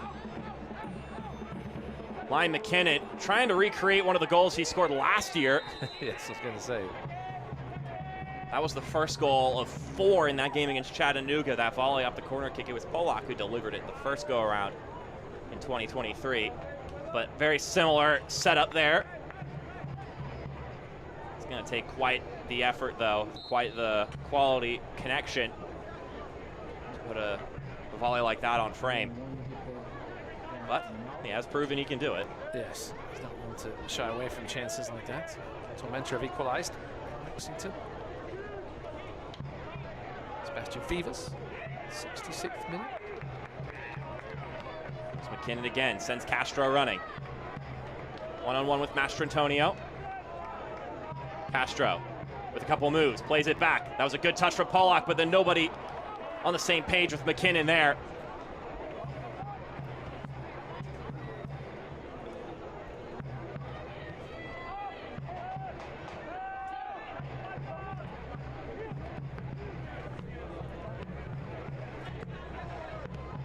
We've also got a goal that's important for these two teams. Madison chasing them. Christian Cheney with a goal halfway through the first half against Fuego. That one's on Galazzo.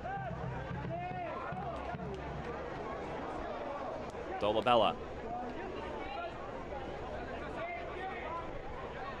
Can't get by Schultz. He slips up after some contact. No foul called. Bawa. Played that one forward for Dos Santos. Couldn't corral that in. One quick stat, Omaha, 4 wins, no losses, no draws, and scoring the opening goal away from home this year. Bodes well for those fans watching Pint 9 and St. Andrews, as we mentioned earlier.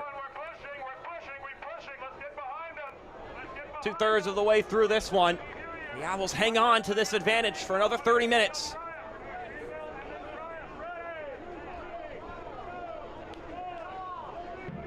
Sometimes it's how these games go, though, Ross. Talking about minimal opportunities. When you get two top clubs, you play it safe as that collision between Fricky and Dos Santos, two veterans, going up in the air trying to win the ball. That'll have you seeing stars. That's the expression. Exactly from Brandon Fricky. Feel that one for a little bit.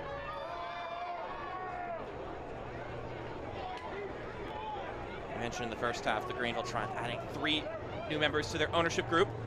Rick Pennell, Wallace Chevis, and Jim Casey all joining the party for the Triumph and the Liberty. As we get a look at this collision once again. That head contact's always pretty serious. Yeah, right. Rachel Gordon, the athletic trainer, out there to take a look at Brandon Fricky. Concussion test.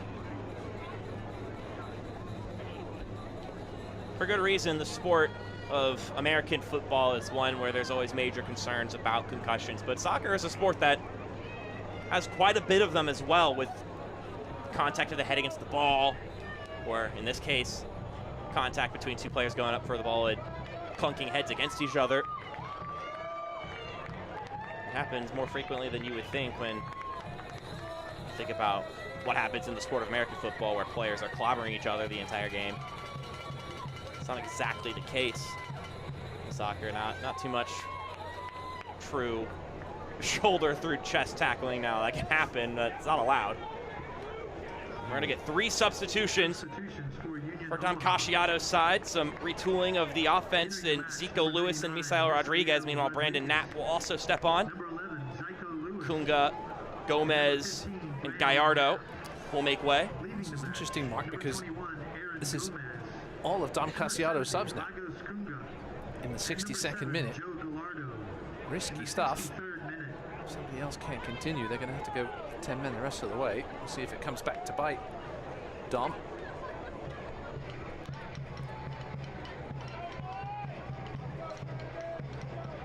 Obviously, Greenville shouldn't have any issues with fresh legs. Haven't played for a couple weeks.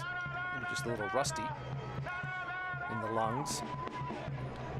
I'll tell you this, Ross, it is definitely a luxury to be able to look to your bench and go, all right, we're going to sub in Misael Rodriguez. This is a player who's already proven that he's potent offensively. 3 goals in league play, 4 goals in Jägermeister Cup play.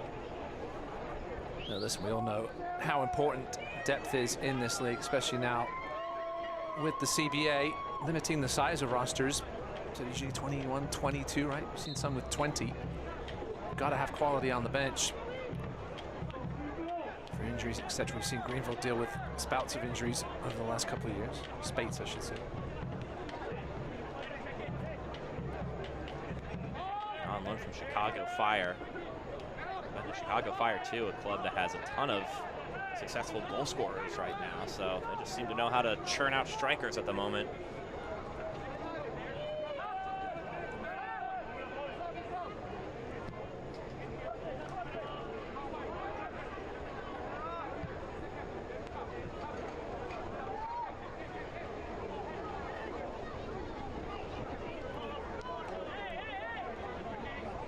Oh, look at PC here. Doing some wonderful work in the middle of the pitch. Nearly goes box to box there. Now the Owls trying to push ahead, and this one will go out. Brandon Knapp, the one trying to make something happen. This will be a corner kick. PC harking back to his Fort Lauderdale Strikers days, for those that remember that franchise. That's how long he's been around. The 30-year-old Brazilian.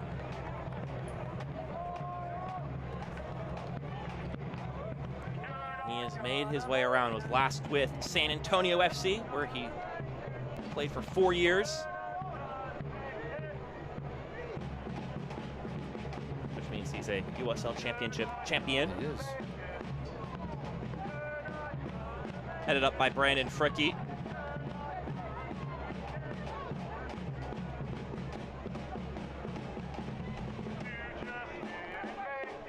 Bawa. Decision there. That one well brought down by Dos Santos. And he'll decide to shoot it. Saved by Rankenberg. Not a bad opportunity, but Rankenberg on his toes. Yeah, long way out. It's going to take something special to be the professional goalkeeper on the turn from there.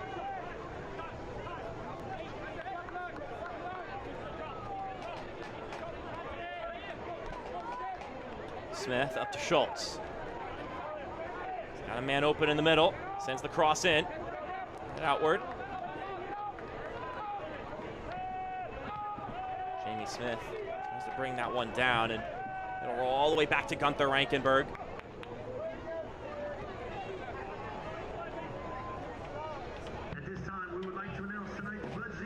Going into the second half in that game against Lexington, Dom Casciato said that they just didn't get the balance right. Put the foot off the gas a little bit too much, and then had a couple mistakes that Lexington took advantage of, which would make the game go from 4-0 to 4-2. It's a tough thing, though, trying to balance the physicality and the intensity with also making sure you preserve yourself. When you're up 4-0, it's a bit of a conundrum where you don't want to get yourself hurt in a game you're up by so comfortably, but at the same time, it's not the end of the game. You don't want to call it quits there. You want to continue to play your way. Yeah, it was a poor giveaway by Milanese. Led to the first goal for Lexington, and the own goal by Blake Malone was a little unlucky. Just flicked off the top of his head inside the far post, but he outshot Lexington 10-7 in that game. Good defensive effort it was by Omaha. It's been a solid one again tonight. Certainly not the case here in this second half thus far. Shove there from Schultz. For example, in that Lexington game, Ebenezer Akon, who's a center back, he led Lexington with 4 touches in the Omaha box. Bawa. There's a streak into the 18. Can't get by Schultz. Good work there by Schultz deep inside his box. Standing his ground.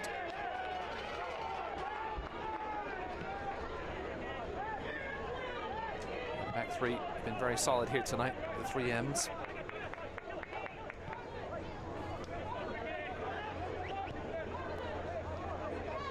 I think you could throw Mishek Jerome in there too. His first name is with an M.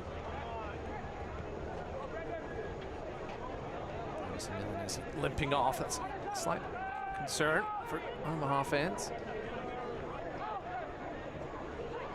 We've seen with Bawa and Jerome. So plenty capable placements on the bench for Don Casciato. Oof. That's the first bit. Is the first Jamie Smith bit we've seen tonight. And there's another one. Well, I guess Smith was going to get the yellow anyway, I would assume, for the first challenge. Yeah, there it is. So he was going to get one for either of them. It's his 3rd yellow card of the season in league play. He's also got 2 in the Jägermeister Cup.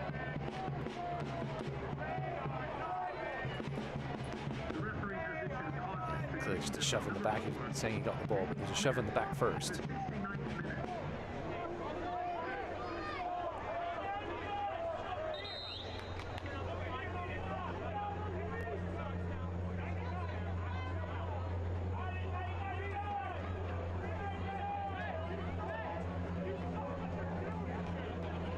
So Tyler Polak making his way out of this game.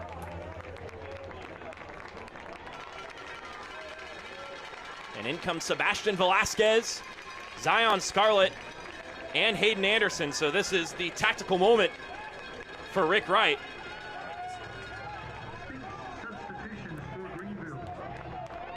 Pollock hasn't gone 90 minutes for quite a while.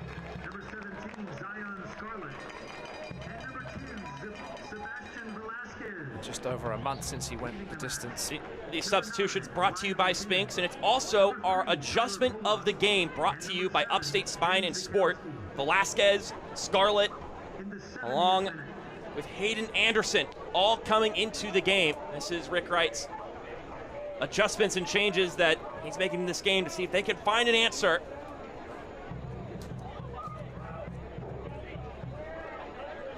Anderson for Polak. Well, I was going to say, Anderson looks like he's going a little further forward. We'll see once we get back into open play. I think it would be a straight swap there at left wing back. An ambitious effort there from Meshach Jerome. Sails well over top.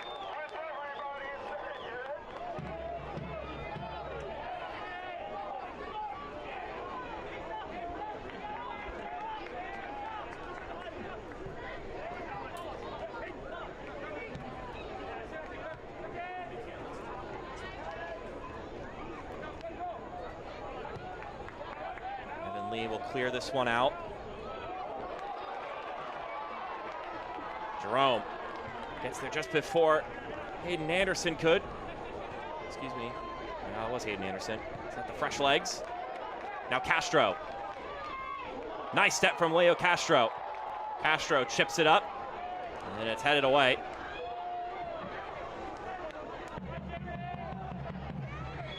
This looks like Zion Scarlett going the left wing back. Now Misael Rodriguez on the other end. Rodriguez cannot get by the recovering Jamie Smith. We needed to get that one right, or else Rodriguez was going to have a step inside and a close range shot on goal.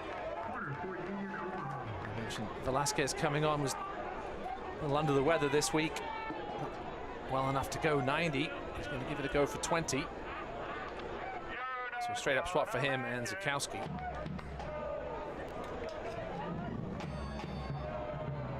Corner kick on the way. The Owls here. Let's see if they could double their lead.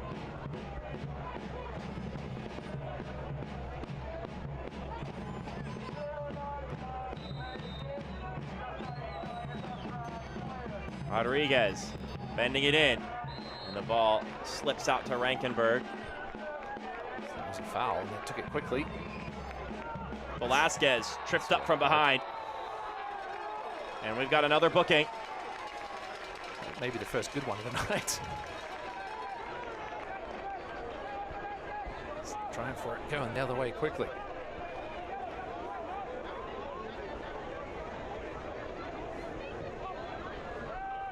PC getting his fourth.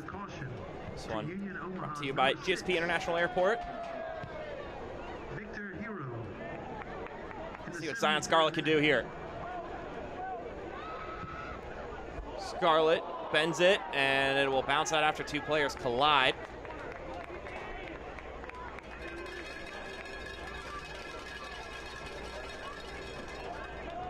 It's being taken by the head official. Tune into ESPN Plus on June 20th to watch the Triumph take on the Richmond Kickers at 7 p.m. It'll be a Jägermeister Cup game, a rematch of the first Jägermeister Cup game that Greenville played. Richmond won that one in penalties here at Paladin Stadium, but this one will be taking place on the road at City Stadium.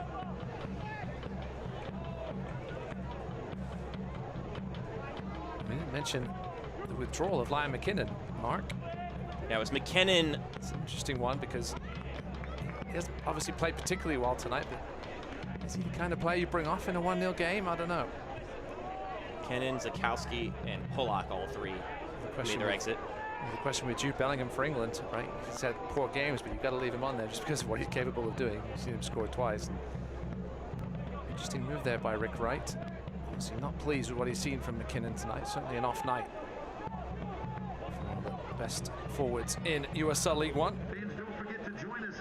We saw Gareth Southgate subs work out. I was about to say, a lot of criticism can get thrown around about coaches. Some people are raising their eyebrows when Ollie Watkins came in, and I was one of them. opinions change rather quickly. See, Henderson started playing more centrally, not someone we've seen him feature too often this season. Castro chesting it forward. Greenville will get a throw. It's actually perfect because Dom Casciato was talking about. A lot of coaches I've talked to throughout the league have a lot of respect for this Omaha team and how they play. And Dom Casciato said that it's validating when he hears that that's the case. And he said, look, coaching is a hard job, and I don't think people understand just how difficult it is. It's really easy to give your opinions and criticize. This one comes down, cleared away by PC, but some fouling contact inside the penalty area will mean a free kick for Omaha. It may have gone out of play before Evanly hooked it back, I'm not sure. We're going to call a hydration break here. And to elaborate on that thought from Dom Casciato, he said he's honored to hear those things from his coaches, and he has a lot of respect for the coaches in USL League One. Everybody loves to say what they would do as a coach, but they don't understand all the challenges of the job. We were just talking earlier about having to change up training all the time. You can't just be doing the same routine week to week, or else you're going to have the players get disengaged, and that's not because they've got bad attention spans or anything, but you want to make sure the passion still is there, because when you've got a team that's really energized and engaged and locked in, then you're going to have better sessions, and then you're going to have better performances. Well, listen, there's really two sides to coaching, right? There's the tactical side of it, and then there's the man management side of it. Some coaches are good at both, some better at one than the other.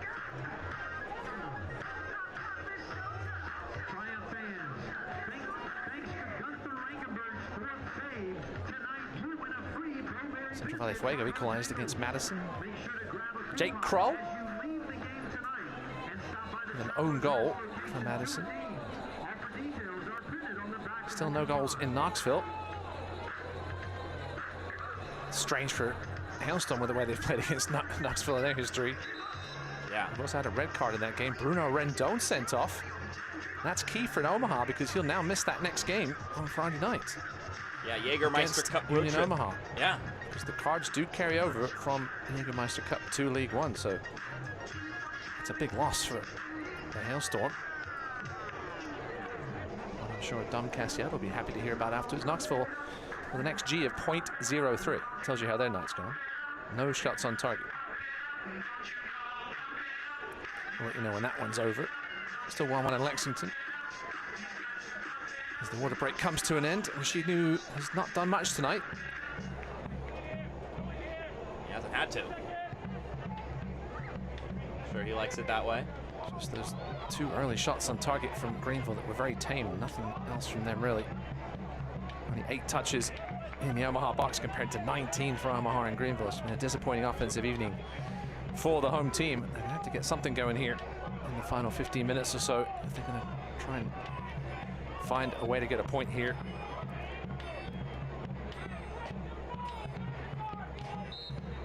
With that said, Omaha haven't played particularly well themselves.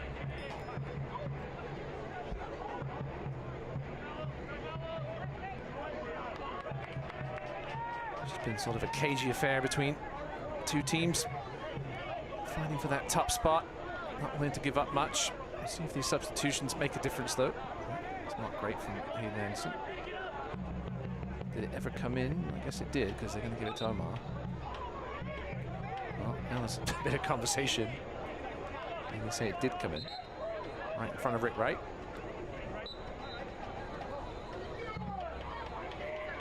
Wawa will throw this one in. Goes right back to him.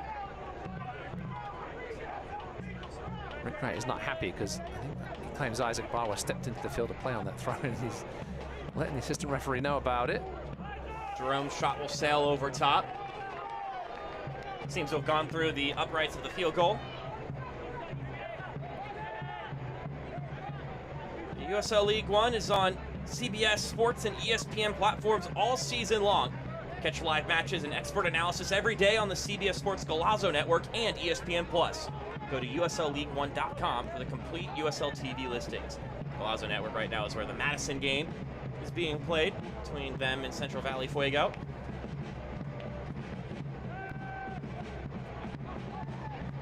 He's coached by Matt Glazer, Jermaine Jones, former U.S. men's national team player. Who are now the U.S. men's national team on the look for a new manager. Velasquez.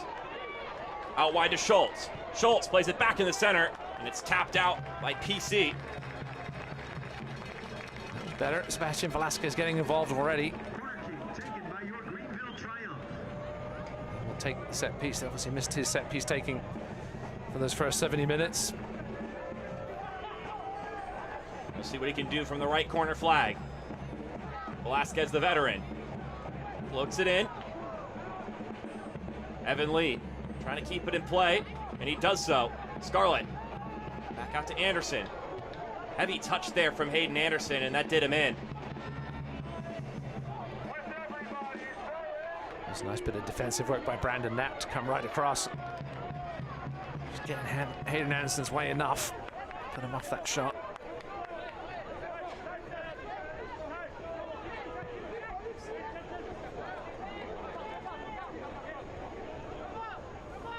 Velasquez chasing his touch.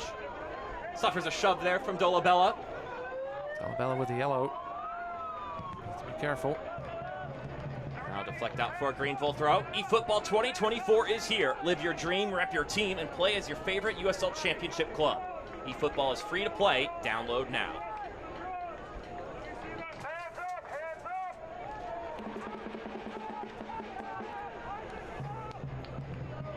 Service deflected inside. Knapp boots this one into the air. Fricky chests this one down and then tried the pop over the goalkeeper. Thought for a goal kick, but the offside flag was also up, so one way or another, that was not ending in a goal for Greenville. I thought Brandon Fricky was onside. There's certainly at least one Triumph player offside, but it looked like Fricky had come from an onside position. It's a strange one. In the 82nd minute, in the 49th minute, Pedro Dolabella was opportunistic and scored to make it 1-0 in favor of Omaha. Will that be enough to put them atop the USL League One table?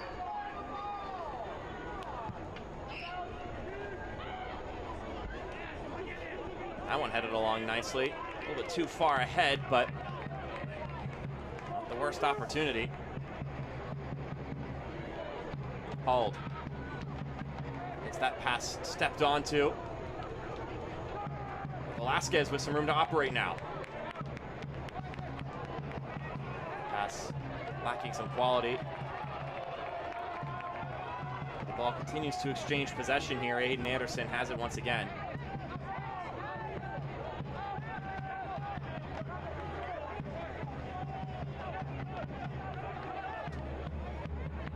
Ball through, searching for Castro.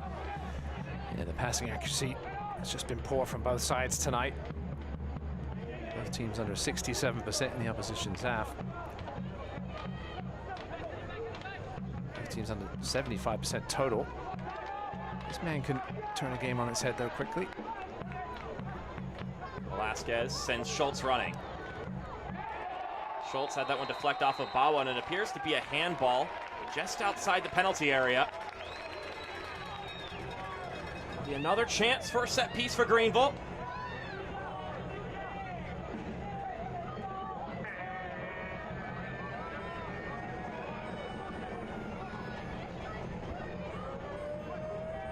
This is a series at the moment. The Owls lead 3 wins to 2 wins for Greenville, but there's also 5 draws sandwiched in the middle there. So this game has been equal as much as it's had a winner. 2 historic sides in USL League One, the 2 most successful sides in USL League One. Ball is sent in, punched away by Nuhu. Yeah, good strong punch by Rashid Nuhu. Didn't have a ton of traffic to come through, but did what he had to do, got the ball out of the danger area. So Omaha looked to hang on here.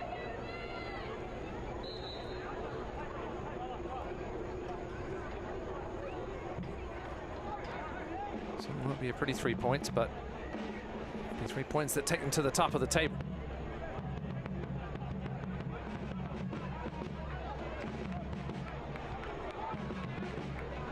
Schultz. Full connecting passes behind. Now Scarlett.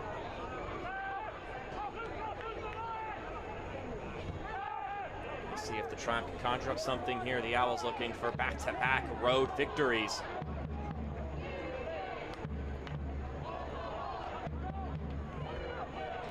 Dolabella sends this for a running Misael Rodriguez. Jamie Smith is able to dish that one out to Schultz.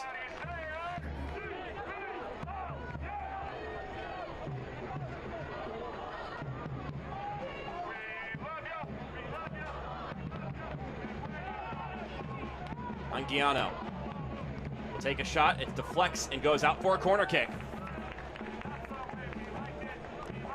Not much danger has been found from these set pieces today for either side, Ross. We've had a lot of free kicks, a couple of corner kicks apiece.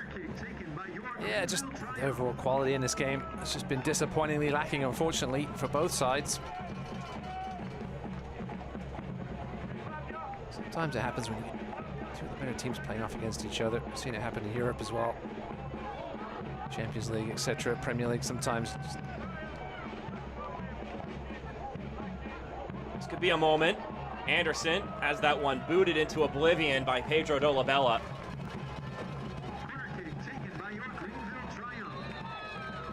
That's going to be offside, wouldn't it not? Oh, they're going to take it again.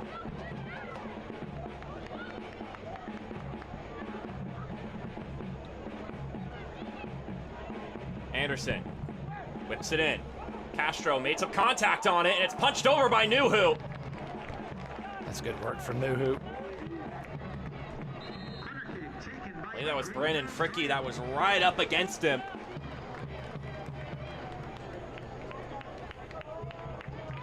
Another opportunity on the corner kick. Substitution for Greenville.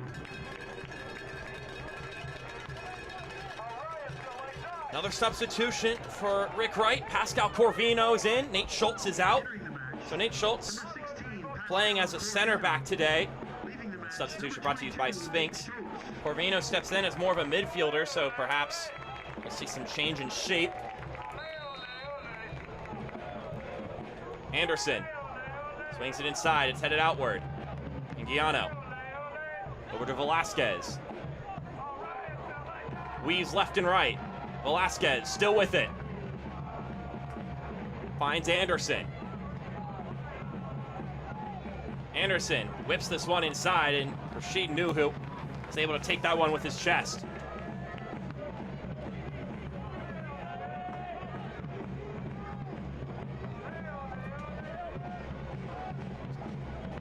Rodriguez receives that punt. Still Rodriguez. Misael Rodriguez! Right up against Gunther Rankenberg. Lexington's struggles continue, Mark. A late goal for Tormenta. Looks like they pull off a 2-1 victory on the road. Greenville finds some late magic here. They're pressing forward further and further against Omaha. Anderson sliding it inside. And finally just seeing a bit of urgency from Greenville in the final third. It's been severely lacking tonight. It's taken them this long to really get things going there. Of course, a good solid defensive effort by this man and his group in front of him, especially with the substitutions they've had to make with Milanesi and Akov going off. Certainly some things have not gone to plan for Omaha today, but the fact of the matter is the worst mishap has come from Greenville, and Omaha did what they needed to do when that moment came. And that's what it takes in games like this. Also had a late goal in Knoxville. Rodolfo Castro, 94th minute, taking advantage of the extra man against the hailstorm. So he brings Knoxville close to the top 3 or 4. Smith, not a bad ball inside. Castro tried to flick the header on, but appears the flag was going to go up one way or another. I don't think we're going to get 7 minutes tacked on here, Russ. It's not been as choppy as the first half. That was hard to do. It's a look at the replay here. It was a good ball in from Smith Castro. You can tell just a half yard behind Blake Malone. Coming back for that header, made good contact. He's forced to dive at Anuhu. Now certainly take his time with this one.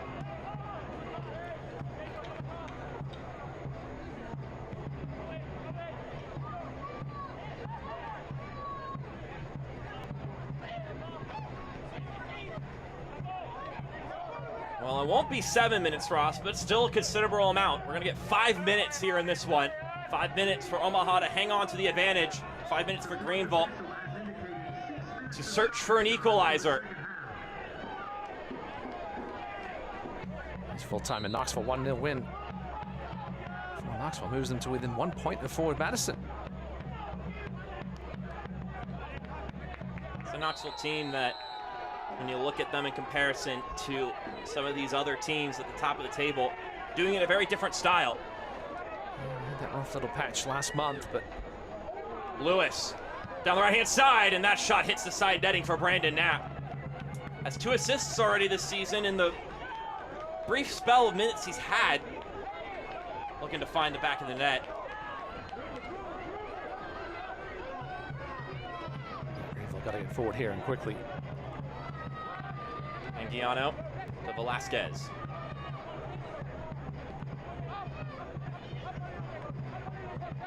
Dolabella bullying Anguiano there.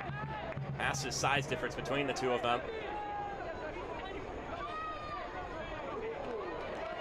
Smith.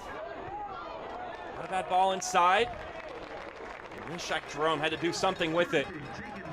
Jamie Smith, master of the late game heroics. Can he find something here from this corner? Pascal Corvino now from the left corner flag, looking to take it.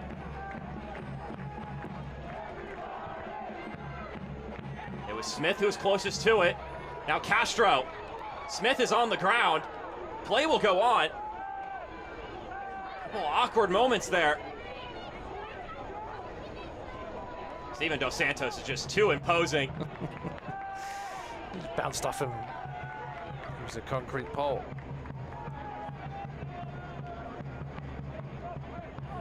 I think it was Anguiano who was trying to take him down and the yellow. Smith. Oh. It's a little closer than it looked originally off his foot. Ended up drifting closer to the goal.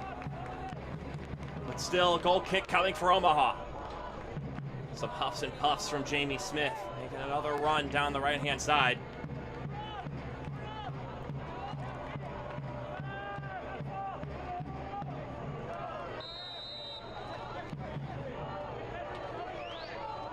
I think Greenville feel a little hard done by tonight. See, with that gift of a goal, draw perhaps would have been a fair result, but they just haven't done enough in the final third. Just 2 shots on target, 0.18 XG. That's not going to do it against a quality team like Omaha.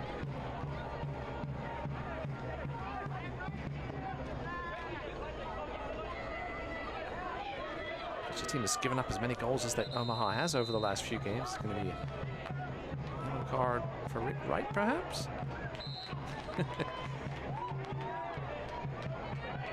Receiving confirmation, it was Rick Wright getting booked there. Not someone who gets many cards, just a frustration at the way things have gone tonight, not so much at the decision.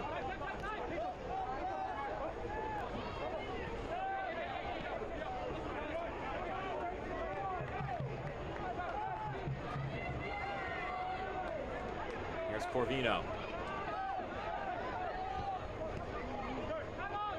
Body's getting forward for Greenville. Giano sends it to Scarlett. Along with Knapp. Zion Scarlett. And the young talent makes something happen for himself. He does make a corner kick. Good tackle by Knapp there. Wait until the last second to have to go down. Got a toe on it, that's all it needed. Last minute of action here for the Triumph. Can they find a miracle? Corvino. Ball comes in. Scarlett. Back out for Anderson. Go around the perimeter. Zico Lewis. Great work from Zico, shoulder to shoulder. Not only does he get in between the ball and Hayden Anderson, but he also is able to draw a goal kick for his side. It's probably going to be the last kick of the game. Big 3 points on the road for Omaha as they move into first place.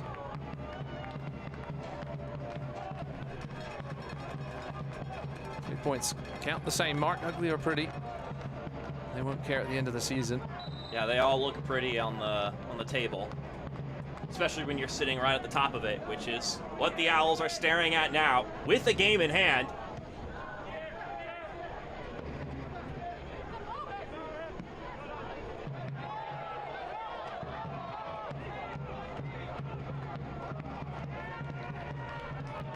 Still hasn't been blown yet. Hayden Anderson launches it down the pitch. Here's Velasquez, but some contact means a free kick for Omaha. Yeah, Leo Castro just a little reckless there, going straight through Blake Malone, excuse me.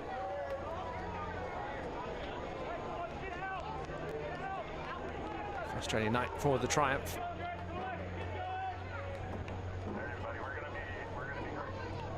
The belt will make its way back to Nebraska. And it's a situation where if you go on the road with the trophy and you go back with a draw, you think, I mean, you're okay with it. You got a point on the road, but it definitely feels a lot better when you could go home with the trophy knowing you won the game. It's been the defensive effort tonight for Omaha that's really earned them these 3 points. Showing the third clean sheet in league play. It's come at a good time. Perhaps got a little lucky with the midfield situation for Greenville, but that was out of their hands. You can only play the guys on the field in front of you. As Brandon Knapp is going to take a trip to the corner, as close to it as he can get.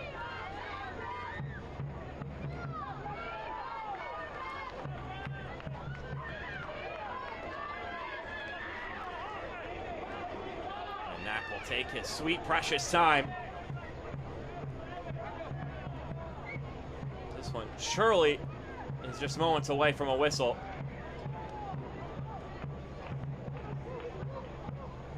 All we have to do now is await for Andrew Musash to decide it's over, and he has just done that. Union Omaha hop Greenville and take over the top spot in the table. All it takes is taking advantage of one moment, and that's exactly what Pedro Dolabella and the visitors did this evening. 1-0 your final score. All 3 points going to the Owls. We'll step aside. We'll be back in a moment. Just breathe. Just breathe. Breathe. Woo! Let's take this thing higher. Higher than you ever been. Stand tall like Everest. I mean higher. You ain't gotta settle in. Go places they never been. We go higher. Non-stop. Take it to the top even when the ball drops. My man, we go higher. Woo! Let's take this thing non-stop. It's time to go higher. Every lottery ticket purchase keeps education in our state moving forward. Like in 2005, when lottery proceeds helped purchase new school buses that kept South Carolina students on the road to success. Because arriving safely to school every day is the first important step on their journeys to the careers and lives they've always dreamed of. When you play the lottery, you're helping fund the futures of students all over our state, which is why education is our middle name. It starts with only one tap to have total home control with Priority One Security. You can view your cameras and video doorbells, integrate our smart locks, lights, thermostats, and control your garage doors. Customize your smart devices to fit your schedule with our automated controls for a smart, effective, and secure way to protect your home. Experience total control and complete security from the convenience of our one app, one tap smart security and home automation on demand. Call Priority One Security and tap that app. Official partner of the Greenville Triumph. We're back here at Paladin Stadium. That man scoring the game-winning goal in this one. And the only goal in this affair Union Omaha now at the top of the standings with 3 points on the road against the then first place Greenville Triumph. Mark Schoenster, Ross Davenport with you here in our post-game content on ESPN+. Let's take a look at the highlights from the 90-plus minutes of this affair. Union Omaha in the first half tried to find some openings along with the Greenville Triumph, but nothing would really come really open for either side. These full-time highlights brought to you by GSP International Airport. Lagos Kunga would have a couple of chances in the first 45, and then there would be one big chance for the Owls, and it would be right here. Joe Gallardo would get at the top of the 18. Gunther Rankenberg in no man's land, but Gallardo opts for the pass towards goal. 2 defenders were going to get in the way of that one, deny him entry. He probably needed to put more of a venomous shot on target. Yeah, he needed to just chip it over, but Jamie Smith was looking on the line, probably would have cleared it.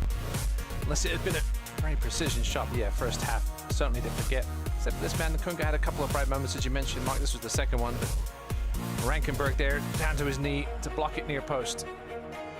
So after 55 minutes in the first half, the teams would go to break, get back out for the second half of action. And Rick Wright said it would just be one mistake from either team that could be the difference in this one. And here's that mistake. Oliver Hall chests it down, whether he was trying to control it, whether he was trying to get it to Gunther Rankenberg. It didn't happen. And Pedro Dolabella smelled the opportunity like blood in the water and scored another goal. He has now scored in 6 of his last 7 matches. And that would be all it would be needed of the Owls to get all 3 points. So cue the music and cue top of the table for the Owls as we look at the full-time stats brought to you by Coca-Cola. A lot of yellow cards in the first half, a lot of stop and go in the first half. Didn't get as much of that yellow carding in the second, but still a little bit choppy at times in the second 45 minutes of action. But at the end of things, it's the Owls who will savor this one and can look at the 3 points they acquired from it rather fondly, all things considered. Their road trip continues after being on the road last week, being on the road today. They'll be on the road on Friday against the Hailstorm in the Jägermeister Cup. Meanwhile, Greenville will be on the road against Richmond on Saturday, also in the Jägermeister Cup. So that's looking ahead to next weekend. For our broadcast here, for our entire broadcasting crew, Ross Davenport, we all would like to thank you for tuning in and watching this match. We hope you enjoyed. I hope you have a fantastic rest of your weekend here. Have a good night, and we'll see you next time on ESPN+.